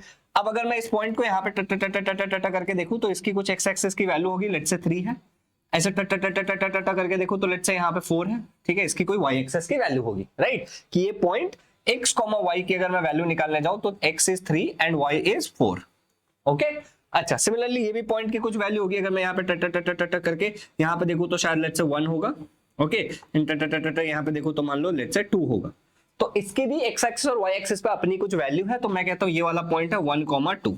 ओके, तो ये जो हमारा x1 y1 y x2 y2 ये जो है ना, ये बस यही कोऑर्डिनेट्स होते हैं, ठीक है ना, x और y की वैल्यू होती है कि x एक्सिस पे कहां पे लाई करता है और y एक्सिस पे कहां पे लाई करता है, ठीक है। अब स्लोप को हम tan थीटा से भी रिप्रेजेंट करते हैं, ठीक है ना, तो अगर कहीं पे tan थीटा ढूंढना है तो भी आप समझ जाना स्लोप ऑफ द लाइन ही हमें ढूंढना है। चलिए आगे बढ़ते हैं। अब tan थीटा आपको पता है ट्रिग्नोमेट्री में क्या होता है, अपोजिट अपॉन एडजेसेंट। ओके, तो अभी आपके प्रैक्टिस के लिए मैंने यहाँ पे कुछ ग्राफ बना दिए और इसका हम लोग स्लोप निकालने की कोशिश करेंगे। तो लेट्स से ये नीचे वाला जो है मेरा ये है x1 और ये है y1, और लेट्स से ये वाला है मेरा x2 और ये है मेरा y2, ठीक है ना, x1 x2 और ये सारे मेरे वैल्यूज है। तो अगर मुझे यहाँ पे स्लोप निकालना होगा तो स्लोप का फॉर्मूला क्या है बेटा, स्लोप का फॉर्मूला है हमारा y2 minus y1 divide by x2 minus x1। अब यहाँ पे y2 क्या है, देखो y2 है मेरा 3, तो 3 माइनस और ये 0 हो जाएगा, ठीक है, और y1 और यहाँ पे फिर से आ गया 3 माइनस 0। तो अगर मैं यहाँ पे निकालने जाऊं तो ये 3/3 और आंसर मेरा 1 आ गया। तो ये जो मेरा 1 आया है यहाँ पे दैट इज अ पॉजिटिव, तो ये मैं बोलूंगा कि यहाँ पे मेरा आंसर आया पॉजिटिव स्लोप आया, ठीक है ना, यहाँ पे जो मेरा आंसर आया दैट इज पॉजिटिव आया। चलिए अब दूसरा एक और एग्जांपल लेते हैं, कलर चेंज कर लेते हैं। अब यहाँ पे जो हमें निकालना है, ठीक है ना, अब यहाँ पे हम क्या करेंगे, यहाँ पे मैं इसको ले लेता हूं, यहाँ पे समझो अगर फिर से मुझे यहाँ पे स्लोप निकालना है, ठीक है, तो आप स्लोप कैसे निकालेंगे हम लोग, हमारा फॉर्मूला क्या था, वही y2 minus y1 upon x2 minus x1। तो अब इसमें क्या करना है हमें, y2 y1 और x2 x1 की वैल्यू डालनी है। तो यहाँ पे देखो 3 माइनस 5, अगर मैं यहाँ पे 3 माइनस 5 लिख रहा हूं मतलब मैं किसको y2 कंसिडर कर रहा हूं, इसको मैं y2 कंसिडर कर रहा हूं, राइट। तो ये हो गया मेरा x2 y2 और ये हो गया मेरा x1 y1, ठीक है। तो y2 3 माइनस 5 और यहाँ पे नीचे आ जाएगा x2 माइनस x1, तो 2 माइनस 0, ठीक है ना, 2 माइनस 0, ठीक है ना, 2 माइनस 0। अब यहाँ पे क्या आ जाएगा, 3 minus 5 will be -2, okay, and this is 2, तो आंसर क्या आएगा मेरा -1 आएगा। तो यहाँ पे क्लियरली है कि मेरा जो स्लोप आया वो निगेटिव आया, ये डाउनवर्ड ग्राफ है और ये डाउनवर्ड ग्राफ मुझे क्या दिखा रहा है कि यहाँ पे मेरा निगेटिव स्लोप आएगा। ओके, अब ये वाला स्लोप देखो तुम लोग, यहाँ पे देखना, यहाँ पे देखो, यहाँ पे भी हमने स्लोप का फॉर्मूला दिया हुआ है और यहाँ पे भी हम लोग अब स्लोप निकालेंगे। तो यहाँ क्या आएगा, ऑब्जर्वेशन करने की कोशिश करना। तो ये है मेरा y2 minus y1 upon x2 minus x1। तो यहाँ पे अब देखो मैं क्या कर रहा हूँ, मान लो कि ये मेरा लाइन इस तरीके से आगे जा रहा होगा ना, लाइन तो मेरा ऐसे आगे जाएगा, तो ये मेरा हो जाएगा x1 y1, ये रह गया मेरा, और ये रह गया मेरा x2 y2। ओके, तो अब y2 क्या है, 2 है, ओके, तो 2 माइनस 0, ओके, 2 माइनस 0, ये वाला 2, अच्छा ये 2 माइनस 0 नहीं है, ये हमारा हो जाएगा 2 माइनस 2 सॉरी, ठीक है ना, तो ये 2 माइनस 2, ओके, और ये 3 माइनस 0, तो यहाँ पे जो मेरा आंसर आएगा, आई होप कि आपको दिख रहा होगा, ये आ जाएगा 0 डिवाइड बाई 3, एनीथिंग 0 अगर ऊपर है तो ये पूरा ही 0 आ जाएगा, और ये मेरा कैसा स्लोप आ गया, यहाँ पे मेरा 0 स्लोप आया। देखो यहाँ पे स्लोप का आंसर आया 0, सीधा लाइन है, कोई स्लोप है क्या, है ही नहीं। अब प्रश्न ये उठता है कि x2 किसको लेना है, y2 किसको लेना है, x1 किसको लेना है, y1 किसको लेना है। तो बड़ा सिंपल सी बात है कि ये जो स्लोप है मुझे क्लियरली दिख रहा है कि इस तरीके से उठता हुआ जा रहा है, राइट। ये स्लोप जो है ये ऊपर के डायरेक्शन में जा रहा है, तो अगर ऊपर के डायरेक्शन में जा रहा होगा तो हमेशा ये वाला मेरा पहला पॉइंट होगा और फिर मेरा यहाँ पे कोई भी पॉइंट्स आगे के आएंगे, ठीक है ना, ऊपर की तरफ जा रहा है तो हमेशा पॉइंट्स को उस तरीके से, तो इसीलिए मैंने यहाँ पे नीचे 1 वाला लिया और ऊपर 2 वाला लिया, सॉर्टेड। अच्छा, अब अगर दूसरे की बात करें तो ये वाला स्लोप क्लियरली दिख रहा है कि ये स्लोप नीचे की तरफ आ रहा है, नेगेटिव स्लोप, राइट। तो नेगेटिव है इसलिए यहाँ पे ऊपर 1 वाला आया और बाद में ये 2 वाला आया, ठीक है, और ये तो मेरा स्लोप इस तरीके से ही जा रहा है ना, क्लियर, ये मैंने आपको पहले ही बता दिया था। तो अब आपको एक मोटा मोटा एक आइडिया है कि हम स्लोप निकालते कैसे। अब एक इंपॉर्टेंट फॉर्मूला मैं आप लोगों को बताता हूँ, ये वाला फॉर्मूला देख लो आप लोग, बहुत काम आएगा। क्वांटिटी ऑन वाई एक्सेस मैं क्या कर रहा था, और डिवाइड कर रहा था मैं क्वांटिटी ऑन एक्स एक्सेस, यही तो मैं स्लोप निकाल रहा था, राइट। इससे मैं क्या निकाल रहा था, स्लोप निकाल रहा था, y2 minus y1, x2 minus x1। तो जो क्वांटिटी हमारे y एक्सेस पे होता है उसको हम डिवाइड कर देते हैं क्वांटिटी ऑन x एक्सेस पे। इस चीज को ध्यान में रखो, ठीक है ना। तो ये मोस्टली क्या है, ये हमारा स्लोप है। अब इसी चीज को आगे लेकर के जाते हैं और थोड़ा सा तगड़े लेवल पे पढ़ते हैं। तो slope is equal to quantity on y axis divide by quantity on x axis. अब यहां पे बहुत ध्यान से देखो, ठीक है ना, तुम्हारे सामने एक ग्राफ है, ओके, अब अगर मैं तुमसे पूछता हूं कि भैया क्वांटिटी ऑन वाई एक्सिस और क्वांटिटी ऑन एक्स एक्सिस, तो यहां पे सबसे पहले ये देखो कि ये वाला तुम्हारा एक्स एक्सिस है, राइट, ये तुम्हारा एक्स एक्सिस है और ये वाला तुम्हारा वाई एक्सिस है। ओके, और अगर मेरा स्लोप, ये जो मेरा ग्राफ है इस तरीके से ऊपर की तरफ जा रहा है, और ये क्या है, मेरा डिस्प्लेसमेंट टाइम ग्राफ है। चीजों को थोड़ा अच्छे से एनालाइज करके समझते चलना। ये जो वीडियो है, जैसे मैं first video on smart board, इससे पहले मैं स्मार्ट बोर्ड पे नहीं पढ़ाता था। I used to sit like this, camera मेरे सामने होता था and maintaining eye contact was very easy. अब क्या है कि मेरे सामने स्क्रीन है जहां पे मैं देख रहा हूँ कि सब रिकॉर्डिंग वगैरह हो रहा है कि नहीं हो रहा है एंड ऑल, एंड मैं अकेला शूट कर रहा हूँ। ये बोर्ड है तो मुझे पीछे घूमना पड़ता है, आगे देखना पड़ता है, नीचे देखना पड़ता है, तो it's I am not used to this, तो थोड़ा समय लगेगा, हो जाऊंगा ठीक है, तो थोड़ा सा बियर करना। ओके, चलिए, तो एक्स एक्सिस है, वाई एक्सिस है, quantity on Y axis, quantity on x axis. अब यहाँ पे मुझे बताओ, अगर तुमसे मैं सिंपली पूछता हूँ कि क्वांटिटी ऑन वाई एक्सिस क्या है, तो तुम क्या बोलोगे? Quantity on Y axis is displacement, right? You will say कि quantity on Y axis is भैया डिस्प्लेसमेंट। तो मैंने बोला लिख दो quantity on Y axis is displacement divide. मैं बोलूंगा क्वांटिटी ऑन एक्स एक्सिस क्या है, तो तुम बोलोगे भैया क्वांटिटी ऑन एक्स एक्सिस कुछ और नहीं है, quantity on x axis is basically भैया टाइम, राइट? यहाँ पे टाइम है, तो डिस्प्लेसमेंट डिवाइड बाय टाइम क्या होता है? तो तुम बोलोगे भैया डिस्प्लेसमेंट डिवाइड बाय टाइम तो भैया वेलोसिटी होता है। Am I right? Displacement divide by time तो हमारा होता है वेलोसिटी। तो क्या मैं कह सकता हूं यहां पे, समझना ध्यान से, कि जो मेरा ये स्लोप आया टेक्निकली, ओके, ये जो मेरा स्लोप आया, किसका स्लोप? SLOPE स्लोप, SLOPLE, गलत ओके चलो, SLOPE, ये जो मेरा स्लोप आया किसका? ये डिस्टेंस टाइम ग्राफ का, ठीक है ना? वो क्या दे रहा है मुझे? डिस्टेंस टाइम ग्राफ जो हमारा है, या डिस्प्लेसमेंट टाइम ग्राफ, बात देखिए, ठीक है? यहाँ पे अभी हम यहाँ पे डिस्टेंस टाइम बोल रहे हैं, आपको चाहिए तो आप क्या बोल सकते हो? डिस्प्लेसमेंट टाइम ग्राफ बोल सकते हो, ठीक है ना? तो यहाँ पे डिस्प्लेसमेंट लिख दो। तो डिस्प्लेसमेंट टाइम ग्राफ का जो मेरा स्लोप होता है वो क्या देता है? डिस्प्लेसमेंट टाइम ग्राफ क्या दे रहा है मुझे? स्लोप मुझे मिल रहा है वेलोसिटी। ओके, तो मैंने क्या बोला कि तुम्हें दो चीजें निकालनी है ग्राफ वाले में। पहला तो तुम्हें ये निकालना है कि भाई साहब स्लोप क्या है, लिटरली समझ रहे हो? तो स्लोप यहाँ पे वेलोसिटी है, और दूसरा हमको निकालना होता है एरिया अंडर द ग्राफ। जैसे मान लो यहीं पे मैं इसको ऐसे कर दे रहा हूं, तो ये वाला एरिया क्या रिप्रेजेंट कर रहा है, समझ गए? ये वाला एरिया क्या रिप्रेजेंट कर रहा है। तो देखते हैं, दोनों देखेंगे, धीरे धीरे सारी चीजें हमें एकदम क्लियर हो जाएंगी। चलो, अब यहाँ पे ध्यान से देखो, slope is equal to quantity on Y axis divide by quantity on x axis. एक और एग्जांपल लेते हैं, velocity time graph gives us dash at slope, ये हमारा प्रश्न है। बड़ा सिंपल है, देखो, slope quantity on Y axis divide by quantity on x axis हम करते हैं। अब यहां पे अगर मैं बताने जाऊं तो तुम बोलोगे भैया स्लोप क्या है? Slope quantity on Y axis क्या है? तुम बोलोगे quantity on Y axis is velocity, ठीक है ना? तो ये तो मेरा हो गया वेलोसिटी। अच्छा, divide by quantity on x axis क्या है? तो quantity on x axis is my time. तो वेलोसिटी डिवाइड बाय टाइम क्या होता है? हम सबको पता है एक्सेलरेशन, ठीक है ना? एक्सेलरेशन होता है। तो क्या मैं कह सकता हूं कि वेलोसिटी टाइम ग्राफ जो है वो, उसका जो स्लोप आता है वो एक्सेलरेशन होता है। सिंपल है ना, आसान है। चलो एक काम करते हैं, अब समझते हैं एरिया अंडर द कर्व वाला पार्ट, ठीक है ना? तो एरिया अंडर द कर्व, जैसे मान लो एक बड़ा सिंपल सा एग्जांपल लिया है मैंने तुम लोगों को समझाने के लिए, ठीक है? और अब तुम लोगों को क्या करना है? इसके अंदर का एरिया निकालना है। कितना मुश्किल है ये एरिया निकालना, तुम मुझे बताओ, सोच के देखो। एरिया अंडर द कर्व, मान लो यहाँ पे कोई तो कर्व बन रहा था और उसके अंदर ये वाला एरिया आ गया हमारा, ठीक है ना? और तुमको यही वाला एरिया निकालना है। कितना आसान है, देखो मैं तुम्हें समझाता हूं। ये देखने से क्या लग रहा है? मुझे देखने से एक रेक्टेंगल जैसा लग रहा है। तो क्या मैं कह सकता हूं कि एरिया अंडर द कर्व मतलब मुझे एरिया ही निकालना है। तो एरिया क्या होता है? लेंथ इनटू ब्रेथ हो जाएगा यहाँ पे। क्या मैं ऐसा कह सकता हूं? देखो कितना आसान टॉपिक है। अब देखो, मैं इसको लेंथ कंसिडर कर लेता हूं 0 to 2, तो क्या मैं कह दूं कि ये 2 है? सिंपल, तो मैं कह दूंगा कि लेंथ मेरा हो गया 2।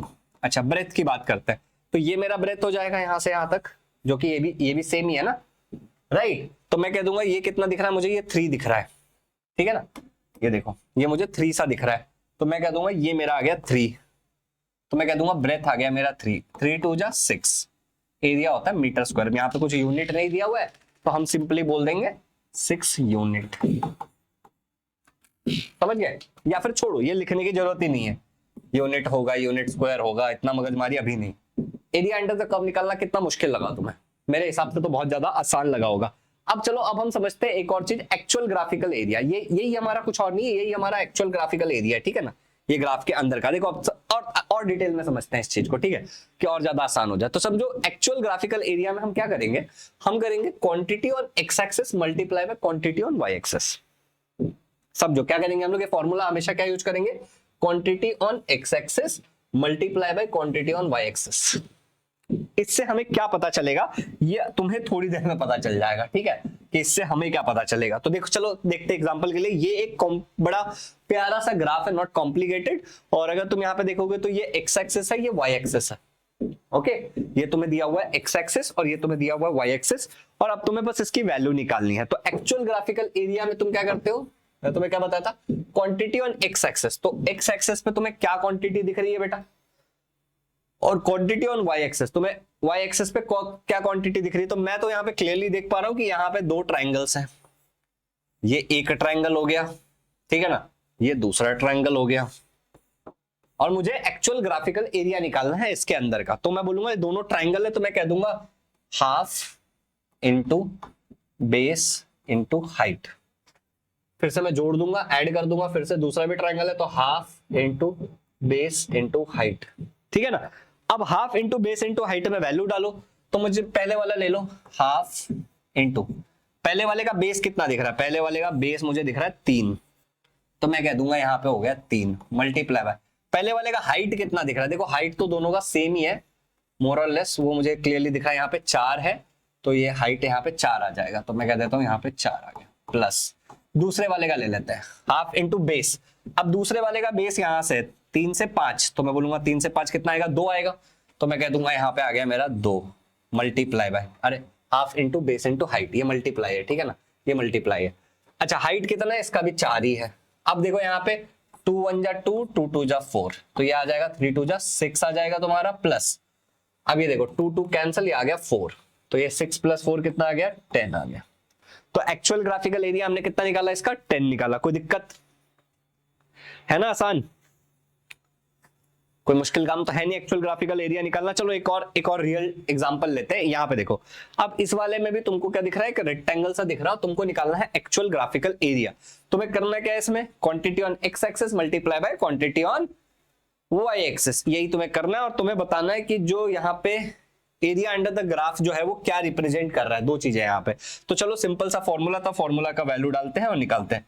तो भैया क्वांटिटी ऑन एक्स एक्सिस, तो क्वांटिटी ऑन एक्स एक्सिस क्या दिख रहा है, अब यहाँ पे देखो, यहाँ पे लिखा हुआ है वेलोसिटी, अगर ध्यान से देखोगे तो, और यहाँ पे है तुम्हारा टाइम, सेकंड में दिया हुआ है। मैं इसको हटा देता हूँ, देखो यहाँ पे तुम्हारा टाइम दिया हुआ है सेकंड्स में, ठीक है ना, तो वेलोसिटी और टाइम है। तो अब यहाँ पे हम लिखेंगे क्वांटिटी ऑन वाई एक्सिस, क्या दिखा मुझे, quantity on Y axis is velocity, ठीक है ना, quantity on Y axis is velocity multiply by quantity on x axis क्या है, quantity on x axis is basically time, ठीक है। तो यहाँ पे मेरी कुछ चीजें क्लियर हो जाएंगी, ठीक है ना, यहाँ पे मेरी कुछ चीजें क्लियर हो जाएंगी कि वेलोसिटी इनटू टाइम है। देखो यहाँ पे तो वेलोसिटी क्या होता है, मीटर पर सेकेंड, राइट। टाइम क्या होता है भैया, टाइम होता है सेकेंड्स। तो मैं कहूंगा कि यहाँ पे मैं ये सेकेंड और सेकेंड मेरा कट हो गया, तो क्लियरली मेरे पास बचा क्या है, तो मेरे पास क्लियरली बचा है मीटर। तो अब जो भी इसके अंदर का एरिया है वो क्या रिप्रेजेंट कर रहा है, ऐसी कोई चीज रिप्रेजेंट कर रहा है जिसका ऐसा यूनिट मीटर है। तो ऐसा यूनिट मीटर किसका है, वेलोसिटी है, टाइम है, तो वेलोसिटी और टाइम, तो ऐसा यूनिट मीटर किसका आएगा इस केस में, डिस्प्लेसमेंट का। तो इतना तो क्लियर हो गया, और हमें ऑलरेडी पता भी था कि ये वाला जो हमारा एरिया वो ग्राफ क्या डिस्प्लेसमेंट देगा, ठीक है ना। अच्छा, डिस्प्लेसमेंट देगा, पर डिस्प्लेसमेंट की वैल्यू कितनी आएगी, तो वैल्यू निकालना बहुत सिंपल है। यहाँ पे लेंथ और यहाँ पे ब्रेथ, ये आ गया 8, ये आ गया 4, तो यहाँ पे लेंथ इंटू ब्रेथ वाला फॉर्मूला लगा देंगे, तो 4 इंटू 8, और ये हो गया 8 4 जा 32, राइट, 32 आ जाएगा इसका आंसर। कोई दिक्कत, तो ये आ गया 32 और यूनिट आ गया मीटर। तो अब हमें सारी चीजें एकदम क्रिस्टल क्लियर है कि हम कैसे निकाल सकते हैं। चलो एक और एग्जांपल लेते हैं, ये वाला बड़ा प्यारा सा एग्जांपल है, इसको देखते हैं। अब ये तुम्हारा डायग्राम दिया हुआ है, ठीक है ना। अब यहाँ पे अगर तुम देखोगे तो तुम्हें क्लियरली दिख रहा है कि एक यहाँ पे मेरा क्या है, ट्राइंगल है ये, फिर ये मेरा एक रेक्टेंगल सा दिख रहा है, ठीक है, और फिर से ये मेरा एक ट्राइंगल सा दिख रहा है। ओके, तो ये तीन चीजें मुझे क्लियरली यहाँ पे दिख रही है। अगर मैं इसकी बात करूं तो यहां से यहां तक की वैल्यू है 2, इसको कैंसिल कर देते हैं, फिर से खुल गया। अगर यहां से यहां तक की बात करें हम, तो यहाँ पे हमें क्लियरली यहाँ पे दिख रहा है कि इसकी जो वैल्यू है 4 हो जाएगी, और अगर मैं यहां से यहां तक की वैल्यू की बात करूं तो इसकी जो बेस की वैल्यू है 2 हो जाएगी। 6 to 8 कितना डिफरेंस है, 2 का डिफरेंस है। अब यहाँ पे 4 लिखा हुआ है, क्लियरली 4 लिखा हुआ है, तो हम यहाँ पे मान के चलेंगे 4 है। मेरा ग्राफ एकदम एक्यूरेट नहीं बना, बट ये 4 है मान के चलो, ठीक है ना। चलो तो अब यहाँ पे हमें 2-3 चीजें निकालनी है। पहले तो हमें एक्सलरेशन है और टाइम है, तो ये कैलकुलेशन हम बाद में करेंगे, पहले एक्चुअल एरिया का कैलकुलेशन करते हैं। तो देखो quantity on Y X axis पे क्या दिया हुआ है तुमको, यहाँ पे एक्सलरेशन दिया हुआ है, ठीक है, multiply by quantity on Y axis क्या दिया हुआ है, टाइम दिया हुआ है। तो अब तुमको मैंने क्या सिखाया था, सबसे पहले देख लो कि है क्या। तो इसके लिए तुम क्या करोगे, एक्सलरेशन का ऐसा यूनिट लिख दोगे, तो मीटर पर सेकेंड स्क्वायर इनटू टाइम का होता है सेकंड, तो ये सेकंड कट, ये स्क्वायर कट, तो ये क्या आ जाएगा, मीटर पर सेकंड। तो अब देखो एक्सलरेशन है और टाइम है, तो ये क्या होगा मीटर पर सेकंड, ये होगा वेलोसिटी, ये हो जाएगा वेलोसिटी। क्लियर, एक्सलरेशन और टाइम है। ऐसे भी तुम देखो ना, एक्सलरेशन क्या होता है, velocity divide by time. Okay, तो एक्सलरेशन इनटू टाइम क्या होगा, ये इस तरह जाएगा तो वेलोसिटी आएगा। तो देखो ना यहाँ पे एक्सलरेशन इनटू टाइम क्या होगा, ऐसे भी तुम दिमाग लगा सकते हो, ठीक है। चलो अब ये वाला भी क्लियर है, अब थोड़ा सा और आगे बढ़ते हैं। अब निकालते हैं एक्चुअल एरिया। तो मुझे क्लियरली दिख रहा है कि मेरा एक ट्राइंगल है, ओके, उसके साथ साथ मेरा एक रेक्टेंगल है, और प्लस फिर से मेरा एक ट्राइंगल है। तो ये 3 चीजें हैं जिनकी मैं अगर एरिया निकाल लूं तो मेरा काम हो जाएगा। तो पहले वाला ट्राइंगल का फॉर्मूला क्या है, half into base into height, plus दूसरा रेक्टेंगल का क्या होगा, लेंथ इंटू ब्रेथ, प्लस इसका क्या हो जाएगा, half into base into height. Okay, अब ये सब वैल्यूज हमें डालनी है और आंसर निकालनी है। तो ये कोई बहुत बड़ा काम तो है नहीं, तो चलो डाल देते हैं। पहले वाला ट्रायंगल डालते हैं, हाफ, बेस कितना है इसका 2, हाइट कितना है 4, सबका हाइट सेम ही है। अच्छा, इसका लेंथ कितना है 4, ठीक है ना, मल्टीप्लाई बाय वो कितना है, वो भी 4 ही है, प्लस हाफ इंटू इसका बेस कितना है दूसरे का 2, हाइट कितना है 4, ठीक है। अब यहाँ पे कट पिट वाला काम करते हैं, जो काट सकते हैं। ये कट गया, ये कट गया, इधर से ये कट गया, ये कट गया, तो बचा क्या, चलो निकालते हैं। तो इधर बचेगा 4 बचेगा खाली, तो ये आ गया 4 प्लस इधर बचेगा 4 4 जा 16 प्लस यहाँ बचेगा 4, तो ये कितना हो गया 16, ये 8 ना, 4 4 8 और 16 कितना हो जाएगा 32, कितना होगा, अरे 2 2 जा 4, कहीं कुछ गड़बड़ तो नहीं किया मैंने, 2 और ये 4 है, चलो 4 है ना ये, चलो तब ठीक है। तो देख लो ये हो गया 8 प्लस 16 कितना हो जाएगा 32, अरे 24 होगा भाई, ये 24 होगा, और ये क्या है मीटर पर सेकंड, तो 24 मीटर पर सेकंड इसका आंसर आएगा, 32 कह रहा हूं। ओके, ये हो गया तुम्हारा 24, क्लियर हो गया। चलो, क्योंकि देखो ना यार 16 और 8, 8 1 जा 8 8 2 जा 16 8 3 जा, समझ गया तुम, 8 3 जा 24। चलो क्लियर हो गया, तो ये भी हमारा क्लियर है। अब आगे देखते हैं, अगला क्वेश्चन देखते हैं। तो आई होप कि ये सब क्लियर है। अब हम कुछ छोटे छोटे से ग्राफ से डिस्कस करेंगे। ओके, मेरा चाय ठंडा हो रहा है, तो ये 3 ग्राफ है, थोड़ा गर्म ही है। ओके, अब ये तीनों ग्राफ जो देखो, ये डिस्टेंस टाइम ग्राफ है तुम्हारे सामने। ओके, दिस इज एक्स क्या रिप्रेजेंट कर रहा है, यहाँ पे डिस्टेंस रिप्रेजेंट कर रहा है X. Okay, it is a distance और ये हमारा टाइम है। तो this are distance time graph, और ये डिस्टेंस टाइम ग्राफ में ये इस तरीके का जब तुम्हें ग्राफ दिखे, ठीक है, तो तुम्हें क्लियरली पता है कि जब तुम इसका स्लोप निकालोगे, समझो इसका जब तुम स्लोप निकालोगे तो तुम्हारा स्लोप क्या आएगा, मुझे बताओ, तुम्हारा स्लोप आएगा 0, राइट। इस टाइप का जब तुम ग्राफ का जब स्लोप निकालोगे तो तुम्हारा स्लोप क्या आने वाला है, तुम्हारा स्लोप आने वाला है 0। अब ये 0 स्लोप क्या रिप्रेजेंट करेगा, डिस्टेंस टाइम है ये क्या है, डिस्टेंस टाइम ग्राफ। ये सारे जो अभी हम पढ़ रहे हैं ये सारे के सारे हैं डिस्टेंस टाइम ग्राफ। तो डिस्टेंस टाइम ग्राफ में हमारा जो ये स्लोप अगर 0 है तो ये टेक्निकली रेस्ट रिप्रेजेंट करता है, रेस्ट, ठीक है। ऐसा समझो कि यहाँ पे टाइम है, मान लो ये टाइम है 1 सेकेंड, ये टाइम है मान लो 2 सेकेंड, ये टाइम है मान लो 3 सेकेंड, ये टाइम है 4 सेकेंड, ये टाइम है 5 सेकेंड, ठीक है। और यहाँ पे मान लो तुम्हारा पोजीशन है लेट्स से 4 मीटर, तो हर समय तुम 4 मीटर पे ही हो, तो तुम मूव ही नहीं कर रहे हो ना। देखो 1 सेकंड पे भी तुम 4 मीटर पे थे, 2 सेकंड पे भी तुम 4 मीटर पे थे, 3 सेकंड पे भी, 4 सेकंड पे भी, 5 सेकंड पे भी। तो क्या तुम मूव कर रहे हो? तो आंसर इज नहीं, मैं तो मूव नहीं कर रहा हूं। तो क्योंकि मैं मूव नहीं कर रहा हूं तो टेक्निकली मैं क्या हूं? मैं रेस्ट पे हूं। ठीक है, चाय पी के बाकी शूट करते हैं। तो भाइयों एवं बहनों, चाय तो हो गया समाप्त, अब आगे का कार्यक्रम शुरू करते हैं।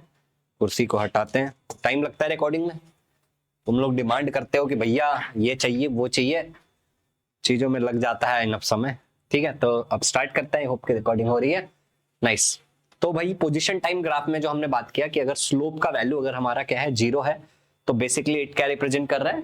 रेस्ट रिप्रेजेंट कर रहा है। ठीक है ना। अब मान लो कि तुम्हारा जो ग्राफ है वो इस तरीके से ऊपर की तरफ जा रहा है। अगर ऊपर की तरफ जा रहा है, पोजीशन टाइम ग्राफ है हमारा ये, याद रखो, डिस्टेंस टाइम ग्राफ, या फिर इसी को हम बोलते हैं position time graph. Okay, position time graph. Okay, तो अगर ये ऊपर की तरफ जा रहा है तो स्लोप क्या आएगा? तो मुझे बताओ। सबसे पहले सवाल उठता है कि स्लोप क्या आएगा। तो मेरा जो स्लोप आएगा वो स्लोप मेरा आएगा पॉजिटिव स्लोप आएगा। पॉजिटिव स्लोप का मतलब क्या है हमारा? पॉजिटिव स्लोप का मतलब है यूनिफॉर्म मोशन। पॉजिटिव स्लोप का मतलब क्या हो गया हमारा? कि यूनिफॉर्म मोशन। ये बात याद रखना। अब तुम बोलोगे भैया ये यूनिफॉर्म मोशन क्या होता है? तो यूनिफॉर्म मोशन को तुम ऐसे समझो कि ये एक पॉइंट ले लिया मैंने रैंडमली, ये मैंने ले लिया एक रैंडम पॉइंट, ये ले लिया मैंने एक रैंडम पॉइंट, और ये ले लिया मैंने रैंडम पॉइंट। ठीक है ना। अब ये सभी रैंडम पॉइंट से मैं क्या करता हूँ? इनकी एक्स एक्सिस की वैल्यू निकालता हूँ, इनकी वाई एक्सिस की वैल्यू निकालता हूँ। इनकी Y axis X axis, Y axis X axis, Y axis X axis. मुझे क्या पता चलेगा? पता है कि हर बार स्लोप की वैल्यू सेम आ रही है। मतलब गाड़ी जो है वो 2 किलोमीटर पर आवर के स्पीड से ही चल रही है। समझ गए? कंटिन्यूसली 2 किलोमीटर पर आवर के स्पीड से चल रही है, कोई बदलाव नहीं है उसके अंदर। यूनिफॉर्म मोशन, समझे? एक ही स्पीड से चले जा रही है, तो ये हो गया यूनिफॉर्म मोशन। अच्छा, अगर अगला बात करें तो हमें पता है कि इसका स्लोप क्या आने वाला है हमारा। इसका अगर हम स्लोप निकालने जाएंगे तो इसका स्लोप हमारा आएगा निगेटिव। याद रखो ये एक पोजीशन टाइम ग्राफ है। ठीक है ना। पोजीशन टाइम ग्राफ में इसका स्लोप निगेटिव आ रहा है। मतलब क्या हो रहा है इसका? कि जो स्पीड है या वेलोसिटी, जो भी आप बोलो, कि जो मेरा स्पीड है डिक्रीजेस विद टाइम। ठीक है ना, डिक्रीजेस। अरे यार स्पेलिंग इतना मिस्टेक क्यों कर रहा हूं मैं आज? स्पीड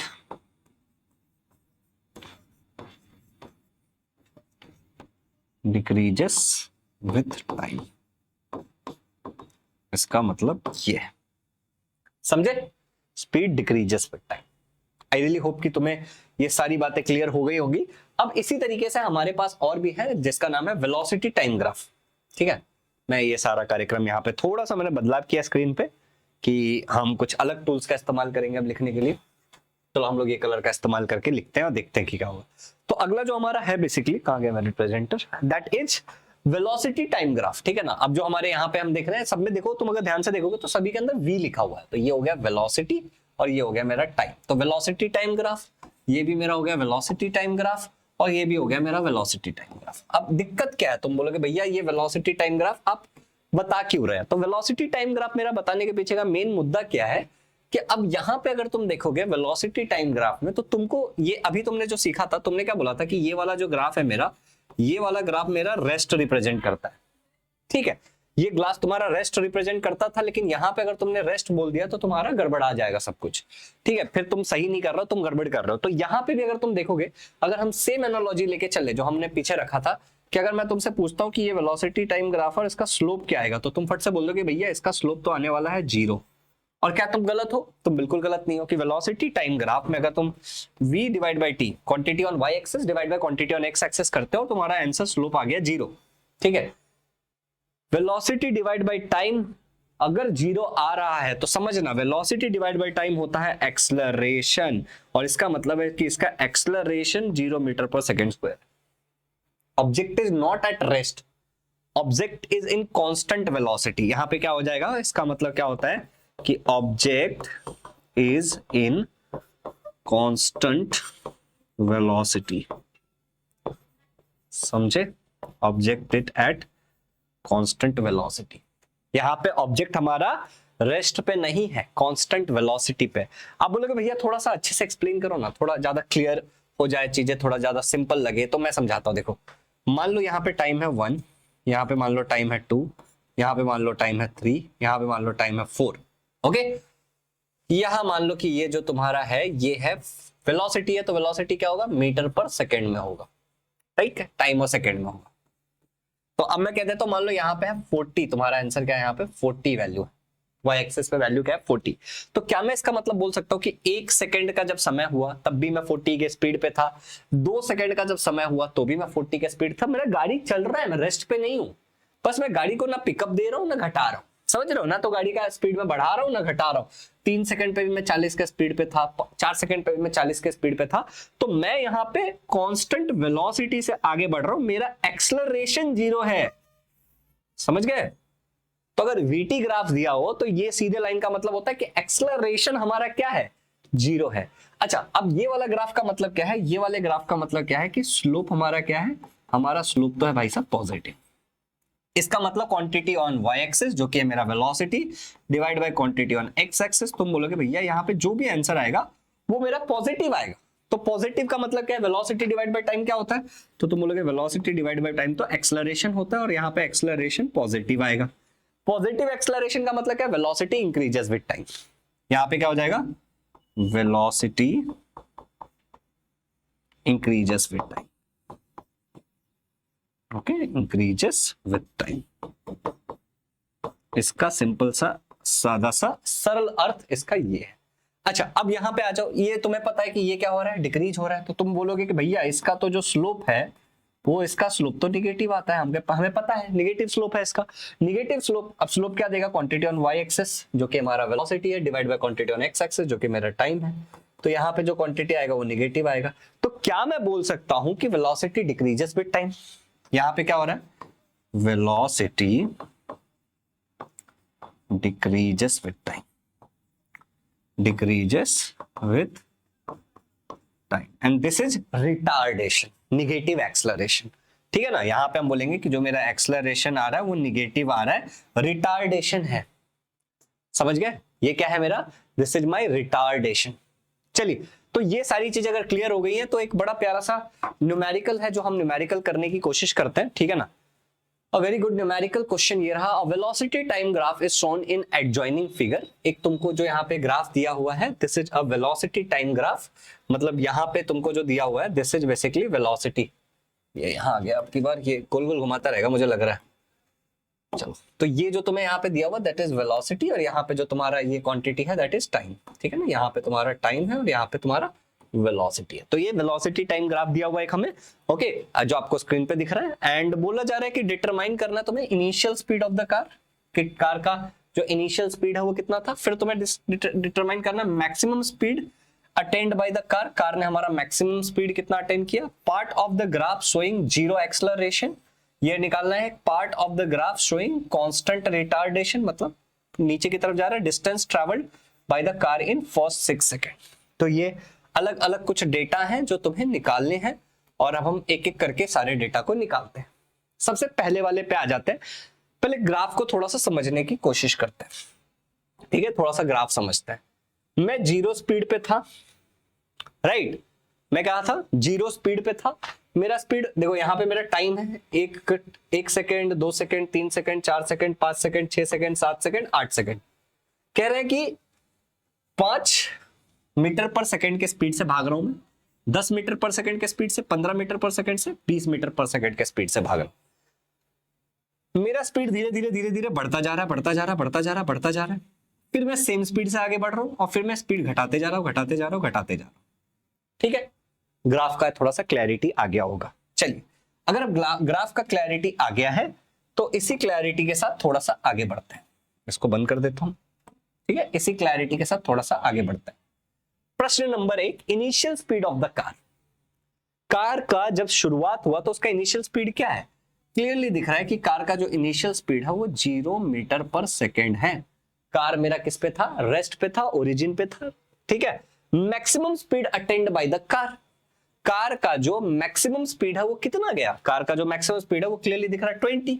तो मैं कहूंगा कि कार का जो मेरा मैक्सिमम स्पीड गया वो गया 20 मीटर पर सेकेंड। क्योंकि वहां पे मीटर पर सेकंड दिया हुआ, राइट। और कहां से कहां तक गया, पॉइंट ए से बी तक गया। क्वेश्चन क्या है, maximum speed attend by the car, कहां से कहां तक गया हमें बताना नहीं, हमें पता है 20 मैक्सिमम गया, ए से बी के पास गया। दूसरा जो हमारा क्वेश्चन है वो है part of the graph showing zero acceleration. Zero acceleration का मतलब ना तो एक्सेलरेशन बढ़ रहा है ना तो घट रहा है, सेम रह रहा है। तो सेम टू सेम कहां पे, ए से बी,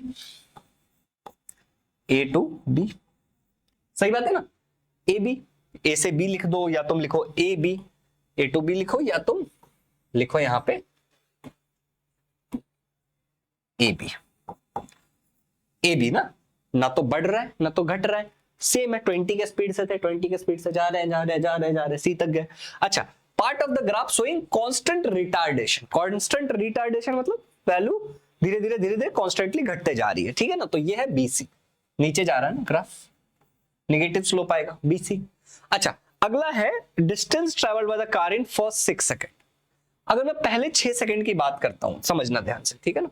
अगर मैं पहले 6 सेकंड की बात करता हूं तो यहां तक मेरा पहला 6 सेकंड है, राइट। ये पूरा ये वाला एरिया मुझे निकालना पड़ेगा, ये जो स्क्वायर है एक, और मुझे ये वाला ट्राइंगल भी निकालना पड़ेगा, राइट। ये दोनों चीजें अगर मैं निकाल लेता हूं तो मुझे क्या मिल जाएगा, distance travelled by the graph. क्यों, क्योंकि मुझे ये चीज बहुत अच्छे से पता है, अब तक तुम्हें पता होना चाहिए वैसे, ठीक है, अब तक तुम्हें ये चीज पता हो जाना चाहिए कि जो मेरा वेलोसिटी टाइम ग्राफ है, हमने पीछे प्रैक्टिस किया था, देखो ना, वेलोसिटी टाइम, ठीक है ना। वेलोसिटी डिवाइड बाय टाइम क्या आता है, हमारा एक्सेलरेशन आ जाता है, राइट। पर इसके एरिया अंडर द ग्राफ हमें क्या देता है, हमने कैसे किया था, क्वांटिटी, जब मैं अभी करके दिखाता हूं, चलो टेंशन मत लो तुम, यहाँ पे और ज्यादा कंफ्यूजन करके कोई मतलब नहीं है, हम सीधे करके देखते हैं कि इसको सॉल्व कैसे करेंगे। तो हमें पता है कि एरिया अंडर द ग्राफ कैसे निकालते हैं हम लोग, इस तरीके से। हमें एक ट्राइंगल दिख रहा है तो मैं क्लियरली कह सकता हूं यहाँ पे कि half into base into height plus, दूसरा मुझे क्या दिख रहा है यहाँ पे, एक मुझे स्क्वायर सा दिख रहा है, ठीक है ना। तो स्क्वायर का मैं बोल दूंगा या फिर रेक्टेंगल मान लो इसको कि लेंथ इंटू ब्रेथ, बात तो एक ही है, ठीक है ना। तो half into base into height, अभी हाफ की वैल्यू कितनी, हाफ ही है। बेस कितना दिख रहा है, यहां से यहां तक, यहां से यहां तक मुझे दिख रहा है 3। तो मैं अगर कुछ और दिख रहा है तो मुझे बता सकता हूँ, मुझे दिख रहा है 3। और हाइट कितना है 20, half into base into height, ये 20 हो गया, प्लस लेंथ इंटू ब्रेथ। अब यहां से यहां तक पहले 6 सेकंड में जो टाइम है यहाँ पे 6 रह जाएगा और ऊपर का 20 है, तो मैं कहूंगा 6 इंटू 20। कोई दिक्कत, 6 इंटू 20, क्या कर रहे हो। अब यहां पे मैंने गड़बड़ कर दी, तुमको मैं समझाता हूं, तुम भी ऐसी गड़बड़ कर सकते हो। देखो यहाँ पे ध्यान से देखो, हम अभी पूरे का कैलकुलेट नहीं कर रहे, we are only talking about this rectangle, right. ये रेक्टेंगल की बात कर रहा, तो ये 3 से शुरू हो रहा है और 6 पे खत्म हो जा रहा है, तो ये 3 आएगा, right. This is not going to be 6, this is going to be 3। Okay, चलो निकालते हैं। तो 2 1 जा 2, 2 10 जा, और 10 3 जा 30, ये हो गया 30 प्लस 2 3 जा 6, तो ये हो जाएगा 60, तो ये आ जाएगा मेरा 90। ये क्या आ जाएगा मेरा 90। अब प्रश्न ये उठता है कि भैया 90 क्या, मीटर सेंटीमीटर, ये distance travel by the car in first 6 second, ये डिस्टेंस पूछ रहा है, तो डिस्टेंस क्या आ जाएगा भैया, सीधे सीधे मीटर। पर ऐसा क्यों लिया हमने, तो याद करो, क्वांटिटी ऑन क्या था हमारा, y एक्सिस वेलोसिटी है, multiply by quantity on x axis, right. ये टाइम है, वीटी ग्राफ था ना, देखो ना, वेलोसिटी टाइम ग्राफ। तो ये क्या, इसका यूनिट क्या था, मीटर पर सेकेंड, यही मैं आपको स्टार्टिंग में बताना, ये सेकेंड, आंसर क्या आएगा मीटर। डिस्प्लेसमेंट डिस्टेंस बताता है, क्लियर। चलो, तो ये वाला भी हमारा क्वेश्चन क्लियर हो गया। अब तुमको इक्वेशंस ऑफ मोशन तुमने सुना होगा कि there are certain equations of motion, ठीक है ना। कौन से इक्वेशंस ऑफ मोशन है हमारे, ये स्क्रीन पे भी तुमको दिख जाएगा। पहला वाला हमारा v is equal to you plus A T, यहाँ पे कुछ टर्म्स मैं आपको थोड़ी देर में बता दूंगा। फिर है हमारा s is equal to U T plus half A T square, फिर हमारा v square is equal to you square plus 2as। अब यहाँ पे देखो, ध्यान से सुनना, ध्यान से, बहुत आराम से, कि यहाँ पे लिख क्यों नहीं पा रहा हूं मैं इस पे, अरे भाई बड़ा मुसीबत है भाई, बड़ा दर्द वाला काम है बट चलो, जो है सो है, अब क्या कर सकते हैं, टेढ़ा है पर मेरा है वाली बात हो गई। चलिए, तो स्टार्ट करते हैं, आगे की चीजें को कार्यक्रम स्टार्ट करते हैं। तो इक्वेशंस ऑफ मोशन हमें करना है। अब इक्वेशंस, अब ये क्वेश्चन हम कर चुके हैं। Equations of motion, uniform acceleration होगा यहाँ पे हर जगह, ठीक है ना, यूनिफॉर्म एक्सेलरेशन आपको पता है क्या होता है। अब पहला ही क्वेश्चन है v is equal to you plus a t, दूसरा है s is equal to U T plus half a t square, तीसरा है v square is equal to you square plus 2as। अब यहाँ पे किस चीज का मतलब क्या है हम थोड़ा सा ये समझ लेते हैं। तो यहाँ पे हमारा जो v है, v is equal to final velocity. v हमारा क्या है बेटा, v हमारा है फाइनल वेलोसिटी। ओके, हमारा जो u है, हमारा u क्या है, इनिशियल वेलोसिटी। आई होप आपको दिख रहा होगा क्योंकि आप स्क्रीन पे स्ट्रोक अलग आ रहे हैं। फिर a जो है तुम्हारा वो है यूनिफॉर्म एक्सेलरेशन, बेसिकली क्या है, एक्सेलरेशन। ठीक है, तुम्हारा जो t है, t बेसिकली क्या है तुम्हारा, t is basically your time, and जो तुम्हारा s है, s is basically displacement. Okay, s क्या है बेटा हमारा, s is basically our displacement. Okay, तो आई रियली होप कि यहां तक हमें ये समझ में आ गया कि किस चीज का क्या मतलब है। अब हमें देखना है कि ये वाले जो फॉर्मूलाज हैं हमारे, ये हमारे फॉर्मूलाज आते कैसे हैं, like we are actually going to proof. हम इन सारे फॉर्मूलाज का बेसिकली प्रूफ देखने वाले हैं। Okay, we are going to see the proof of this formulas. तो अभी मैं तुमको एक ग्राफ दिखाने वाला हूं, ठीक है, ये वेलोसिटी टाइम ग्राफ है। अब ये ग्राफ को हम थोड़ा सा अच्छे से समझ लेंगे तो हमारे लिए चीजों को करना बेहद आसान हो जाएगा। और अनफॉर्चुनेटली मेरे पास स्क्रीन में दूसरा जगह मैं स्लाइड डालना भूल गया, तो हम इसे स्लाइड पे सारा मेहनत मजदूरी करेंगे and you are suppose to write down. तो ये एक वेलोसिटी टाइम ग्राफ है, इसको बहुत ध्यान से देखो, कई बार बच्चों को ये समझ नहीं आता but it is very easy actually. ठीक है ना, ये जो तुम्हारा ये वेलोसिटी दिखा रहा है और ये जो तुम्हारा एक्स एक्सिस है वो टाइम दिखा रहा है। सिंपल वेलोसिटी टाइम ग्राफ हो गया। यहां पे हम कह रहे हैं कि इनिशियल वेलोसिटी हमारा 0 है। हम क्या कह रहे हैं कि हमारा इनिशियल वेलोसिटी 0 है, और ठीक है, और यहां पे हम कह रहे हैं कि हमारा जो फाइनल वेलोसिटी है वो है v। फाइनल वेलोसिटी हमारा क्या है, v है। अच्छा, यहां पे 0 है इनिशियल वेलोसिटी, यहां पे हम कह रहे हैं कि इनिशियल वेलोसिटी u है। लेट्स से वेलोसिटी u है, इनिशियल फाइनल छोड़ दो। हम क्या कह रहे हैं कि यहां पे मेरा वेलोसिटी 0 है, यहां पे मेरा वेलोसिटी u है, और यहां पे मेरा वेलोसिटी v है। जहां से शुरू हुआ वो इनिशियल, जो खत्म हुआ फाइनल। ठीक है, यहाँ पे 0 है तो 0 पे तो शुरू हुआ नहीं है, यहाँ पे शुरू हुआ, देखो धीरे धीरे धीरे धीरे ग्राफ ऊपर जा रहा है, ऊपर जा रहा है, ऊपर जा रहा है, ऊपर जा रहा है। ठीक है ना, और यहाँ पे मेरा खत्म हो गया, v है, इस जगह पे इस तरीके से खत्म हो गया, एंड दैट इज v। चले, यहां तक क्लियर है, नाइस। अगर ये सारी चीजें क्लियर है तो बहुत सुंदर, बहुत बढ़िया। अब हमें करना क्या है, यहाँ पे हमें बेसिकली इसमें क्या करना है, ध्यान से देखो। ठीक है, हमें यहाँ पे टाइम, मान लो टाइम, यहाँ पे देखो, अब यहाँ पे टाइम भी 0 वैसे, राइट, यहाँ पे टाइम भी 0 है, तो consider at t equal to 0 initial velocity u है। मान लो कि जब t 0 है, टाइम अगर 0 है तो इनिशियल वेलोसिटी क्या है तुम्हारा, u है। देखो यहाँ पे टाइम जब 0 है तो इनिशियल वेलोसिटी क्या है, u है। तो मैं यहाँ पे लिखता हूं, मैं ये सब मिटा देने वाला बाद में, ठीक है ना, तो याद रखो तुम्हें लिख लेना है, consider at t equal to 0 initial velocity क्या है मेरा, ओके, मेरा जो इनिशियल वेलोसिटी है वो है मेरा u। t इक्वल टू 0 पे जो मेरा इनिशियल वेलोसिटी है वो है u। अच्छा, एंड एट टाइम t, और जब मेरा टाइम t हो गया, यहां से देखो टाइम बढ़ते बढ़ते बढ़ते बढ़ते मेरा टाइम t हो गया, and at time t, and at time t, जब टाइम की वैल्यू मेरी t हो गई, ओके, या फिर मैं ऐसे कह सकता हूं जब टाइम इक्वल टू t हो गया, तो जब मेरा टाइम का वैल्यू t हो गया, टाइम इक्वल टू t हो गया मेरा, ठीक है ना, तो मेरा जो फाइनल वेलोसिटी है वो क्या हो गया, फिर मेरा फाइनल वेलोसिटी v हो गया, वेलोसिटी इक्वल टू v। समझना ध्यान से, बहुत सिंपल है कि मैं रुका हुआ था, आफ्टर सम टाइम मैंने क्या हुआ, मैंने इनिशियल वेलोसिटी यहाँ पे u है, तब मैंने पिकअप लेना स्टार्ट किया, अब फिर मैं जाके यहाँ पे मैंने रीडिंग बंद कर दी, तो मेरा फाइनल वेलोसिटी v है, और जिस टाइम पे मैंने रीडिंग बंद की वो मेरा t है। क्लियर, यहाँ तक कोई दिक्कत नहीं होनी चाहिए, सिंपल, जो मैंने लिखा मैंने मिटा दिया, जैसा प्रॉमिस किया था तुम लोगों को। अब यहाँ पे थोड़ा सा और देखो, ये जो स्लोप दिख रहा है तुम्हें, ये ब्लू वाला जो ये स्लोप है, ये स्लोप की वैल्यू हमें निकालनी है लेट्स से, ठीक है ना, तो ये स्लोप हमें निकाल, तो स्लोप कैसे निकालते हैं हम लोग, हमें पता है कि वीटी ग्राफ का जो स्लोप है वो क्या रहेगा, वीटी ग्राफ का स्लोप क्या होता है, तुम बोलोगे भैया वीटी ग्राफ का स्लोप होता है एक्सेलरेशन, राइट, स्लोप क्या होता है, वीटी ग्राफ का एक्सेलरेशन होता है। ठीक है, यहाँ पे इसको मिटाना पड़ेगा, मान लो यहां पर तुमको स्लोप निकालना है,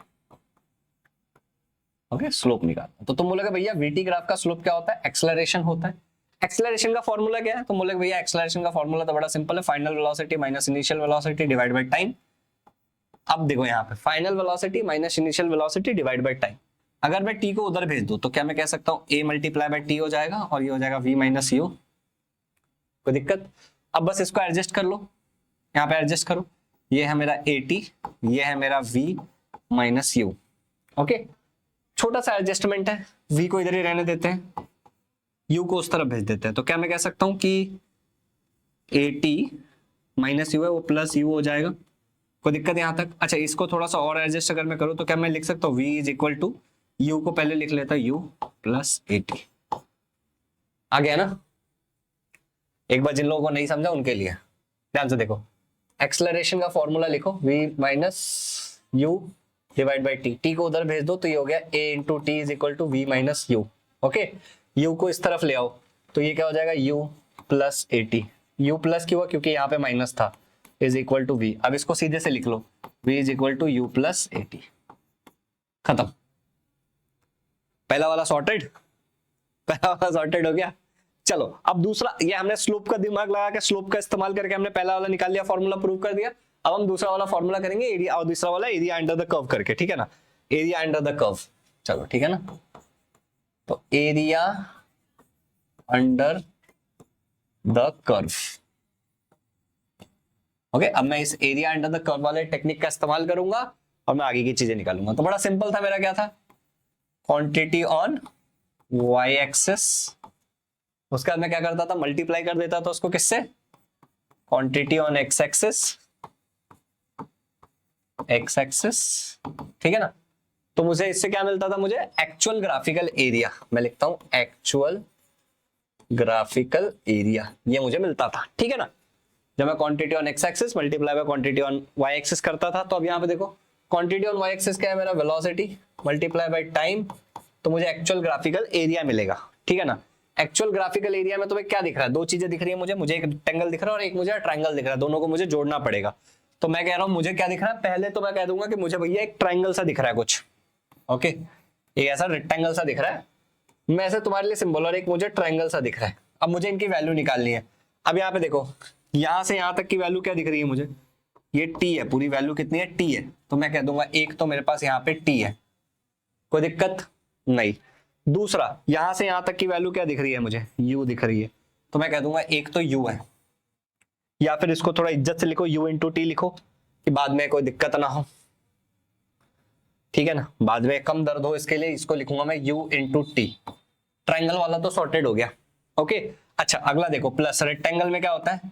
हाफ इंटू बेस, बेस क्या है? वही है, टी है मेरा base, right, into height. Height कितनी है? देखो, हाइट टोटल ये जा रहा है मेरा हाइट, ये मेरा टोटल हाइट जा रहा है, और टोटल हाइट कितना दिख रहा है तुम्हें?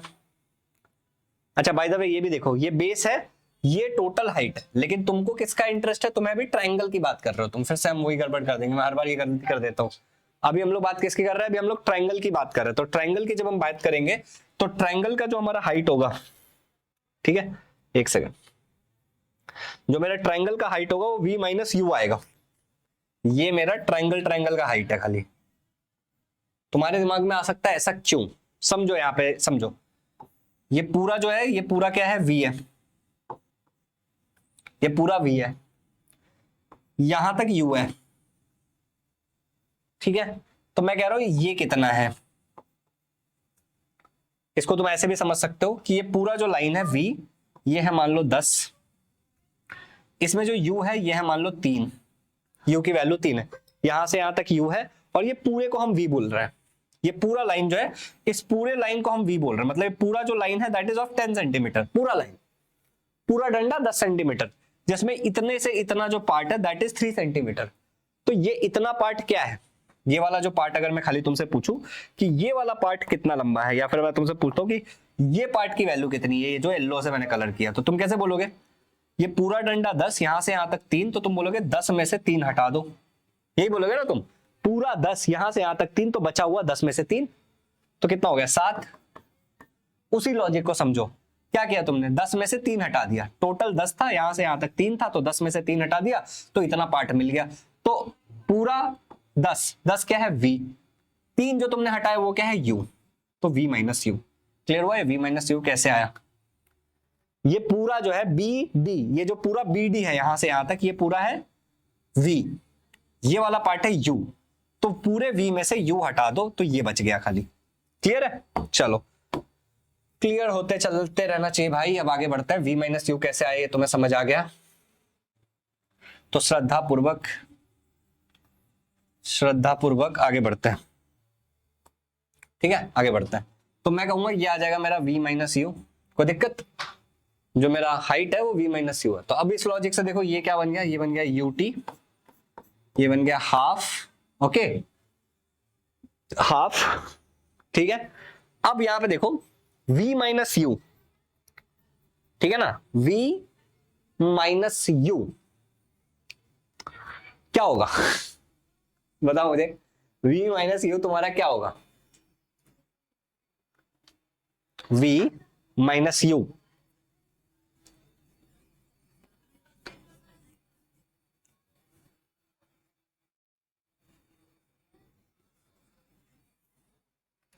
अब तुम सोच रहे होगे कि भैया v माइनस यू क्या होगा? पीछे जो तुमने एक फॉर्मूला लिखा था याद करो, क्या लिखा था तुमने कि acceleration is equal to final velocity minus initial velocity divide by time. अब यहां से जब तुमने टाइम को उधर भेज दिया था तो acceleration into time is equal to क्या निकला था तुम्हारा v माइनस यू। तो अब मुझे बताओ v माइनस यू क्या होगा? v माइनस यू क्या होगा? 80 होगा ना। तो यहाँ पे लिखता हूं मैं, ये हो गया t और ये हो गया मेरा a इंटू टी। तो v माइनस यू के जगह मैंने 80 लिखा, बाकी सब कुछ एज इट इज। अब क्या मैं इसको ऐसे लिख सकता हूं, ut plus half a t into T क्या हो जाएगा, t का स्क्वायर। अच्छा v इंटू टी क्या होता है बताओ मुझे, v इंटू टी क्या होगा? v इंटू टी होगा s। अब तुम बोलोगे भैया v इंटू टी एस कैसे होगा? सिंपल सा लॉजिक है भैया, इतना तुमको पता होना चाहिए। यहाँ पे देखो मैं इसका यहाँ पे लिख रहा हूँ कि वेलोसिटी का फॉर्मूला क्या है, डिस्प्लेसमेंट डिवाइड बाय टाइम। अगर टाइम को उधर भेज दिया तो क्या हो जाएगा, velocity into time is equal to displacement. तो ये एस आ गया है। तो ये वाला दूसरा वाला भी हमारा फॉर्मूला क्या हो गया, सिद्ध हो गया। दूसरा फॉर्मूला भी हमारा क्या हो गया भाई, दूसरा फॉर्मूला भी हमारा सिद्ध हो गया। अब तीसरे फॉर्मूला की तरफ चलते हैं। अब तीसरे फॉर्मूले में ना हम थोड़ा सा अलग कुछ नॉलेज का हमारा इस्तेमाल करेंगे, बाकी कुछ मुश्किल नहीं है। तो मैं कहता हूं एवरेज वेलोसिटी तुम्हें क्या याद है? अगर मैं तुमसे कहता हूं कि एवरेज वेलोसिटी के बारे में तुम्हें क्या याद है, तो तुम्हारे दिमाग में अभी, अगर तुमने यहां तक ध्यान से देखा तो तुम्हारे दिमाग में आना चाहिए टोटल डिस्प्लेसमेंट, ठीक है ना, डिवाइड बाय टोटल टाइम। कोई दिक्कत? Divide by total time. Okay, तो क्या मैं यहां पे कह दूं कि v एवरेज की बात मैं कर रहा हूं और टोटल डिस्प्लेसमेंट को मैं s कह देता हूं, टोटल टाइम को मैं t कह देता हूं। कोई दिक्कत? टोटल डिस्प्लेसमेंट s है, टोटल टाइम मेरा t है। ठीक है, अच्छा v एवरेज मतलब दो वेलोसिटी था तुम्हारा, कैसे निकालोगे तुम v एवरेज? v एवरेज निकालोगे, दोनों वेलोसिटी को ऐड कर दो, फाइनल भी था इनिशियल भी था, दो वेलोसिटी था। दो चीजें अगर ऐड कर रहे हो तो एवरेज निकालने के लिए दो से डिवाइड करना पड़ेगा। कोई दिक्कत है? एवरेज कैसे निकालते हैं? यहाँ पे दो वेलोसिटी है ना, एक इनिशियल वेलोसिटी एक फाइनल वेलोसिटी है, तो दोनों का ऐड कर दिया एवरेज निकालने के लिए। दो चीजें हैं तो दो से डिवाइड कर दिया, is equal to s divide by t. कोई दिक्कत? कोई दिक्कत नहीं है। चलो अब टी का मतलब क्या होता है तुमको मैं पूछ रहा हूं कि टी का मतलब क्या होता है। वही वाला फॉर्मूला याद करो, acceleration is equal to v minus u divide by t. अब यहां से मुझे खाली टी की वैल्यू बताओ, तो टी की वैल्यू क्या होगी? टी अगर उधर गया तो ये हो जाएगा v माइनस यू और a नीचे आ जाएगा, तो v minus you upon a। ठीक है, तो t की वैल्यू ये हो जाएगी। तो चलो यहाँ पे डालते हैं v plus u divide by 2 is equal to s is equal to, मैं बड़ा सिंपल तरीका तुमको सिखा रहा हूँ ये, ठीक है ना, v minus u divide by a। ठीक है, अब तरीके से तो ये ऊपर जाएगा, मैथमेटिकली ये ऊपर चला जाएगा, तो ये हो जाएगा v plus u divide by 2 is equal to a s upon v minus u. ठीक है, अब तुमको करना क्या है, अब तुमको करना है क्रॉस मल्टीप्लीकेशन। ठीक है, अब यहां पे तुम करोगे क्रॉस मल्टीप्लीकेशन, तो ये हो जाएगा तुम्हारा v प्लस यू, ये मल्टीप्लाई हो जाएगा v माइनस यू से, v माइनस यू से is equal to a s multiply होगा 2 से, तो 2 ए एस आ गया। ठीक है, अब तुमको एक सिंपल सा फॉर्मूला याद होगा कि ये क्या हो जाएगा, v square plus u square is equal to 2as। और ये एक्चुअली प्लस नहीं होगा, ये एक्चुअली माइनस होगा, ठीक है ना, ए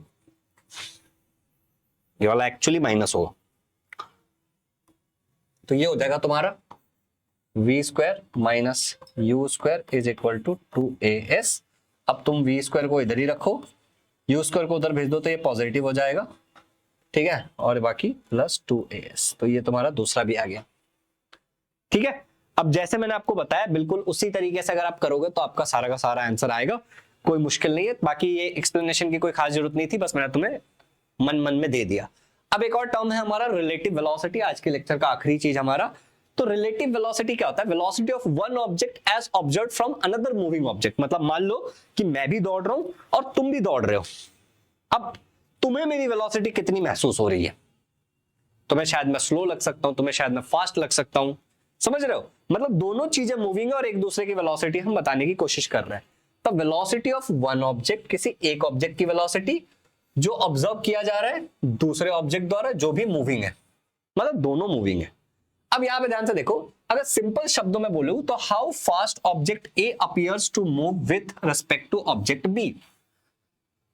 ये कोई एक बॉल है, ये बॉल आगे की तरफ जा रहा है और इस पे तुम बैठे हो, और ये दूसरा बॉल है, ये भी आगे पीछे कहीं भी जा सकता है, ठीक है। उस बॉल पे तुम्हारा दोस्त बैठा है, तो उसको तुम स्लो दिख रहे हो, फास्ट दिख रहे हो, तुमको वो स्लो दिख रहा है, फास्ट दिख रहा है, दोनों मूव कर रहे हैं, ठीक है ना। That is basically relative velocity. अब रिलेटिव वेलोसिटी में क्या है कि फॉर्मूला है, दो फॉर्मूला समझो यहां पे ध्यान से, ठीक है। पहला है कि if two object a and b have velocities, let's say एक का वी ए है और एक का वी बी है, दो ऑब्जेक्ट है, एक का ए और बी, पहले की वेलोसिटी वी ए है, दूसरे की वेलोसिटी बी है, तो measured with respect to ground या फिर अर्थ हम कर रहे हैं, तो velocity a relative to b. तो आप क्या करोगे, ये देखो इसको पढ़ते कैसे, velocity of a with respect to b या फिर velocity a relative to b, और इसको हम पढ़ते हैं velocity b relative to a. पढ़ना सीखो, जो भी आगे होगा उसमें से दूसरा a माइनस बी करेंगे, यहाँ पे velocity of a minus velocity of b, यहाँ पे करेंगे velocity of b minus velocity of a। यहाँ पे हमें दो चीजें समझनी थी, पहला हमें समझना था इसको रीड करना, तो velocity of a relative to b, velocity of b relative to a। दूसरा हमें था कि इसमें हम निकालते कैसे हैं, तो जो भी आगे है उसमें से दूसरा a माइनस बी, यहाँ पे b माइनस a, वेलोसिटी का जो भी वैल्यू होगा, ठीक है। अब यहाँ पे देखो की आइडिया क्या है इसके पीछे, ये सब हम लोग इतना झंझट वाला काम कर क्यों रहे हैं। तो relative velocity tells us what one moving object sees about another's motion. तुम जब अपने दोस्त को देख रहे थे, तुम दोनों जब एक बॉल पे बैठ के रेसिंग कर रहे थे, कार में बैठ के रेसिंग कर रहे थे, तो तुमने दूसरे को क्या देखा एग्जैक्टली, ठीक है। It is always a difference of velocity. तो तुमने देखा कि अगर हमने वेलोसिटी ए बी निकाला तो भी हमने वेलोसिटी ए माइनस वेलोसिटी बी किया, और अगर हम वेलोसिटी बी ए निकाल रहे थे तो भी हमने वेलोसिटी वी माइनस वेलोसिटी ए किया, मतलब हमेशा हमने डिफरेंस निकाला है, ठीक है ना।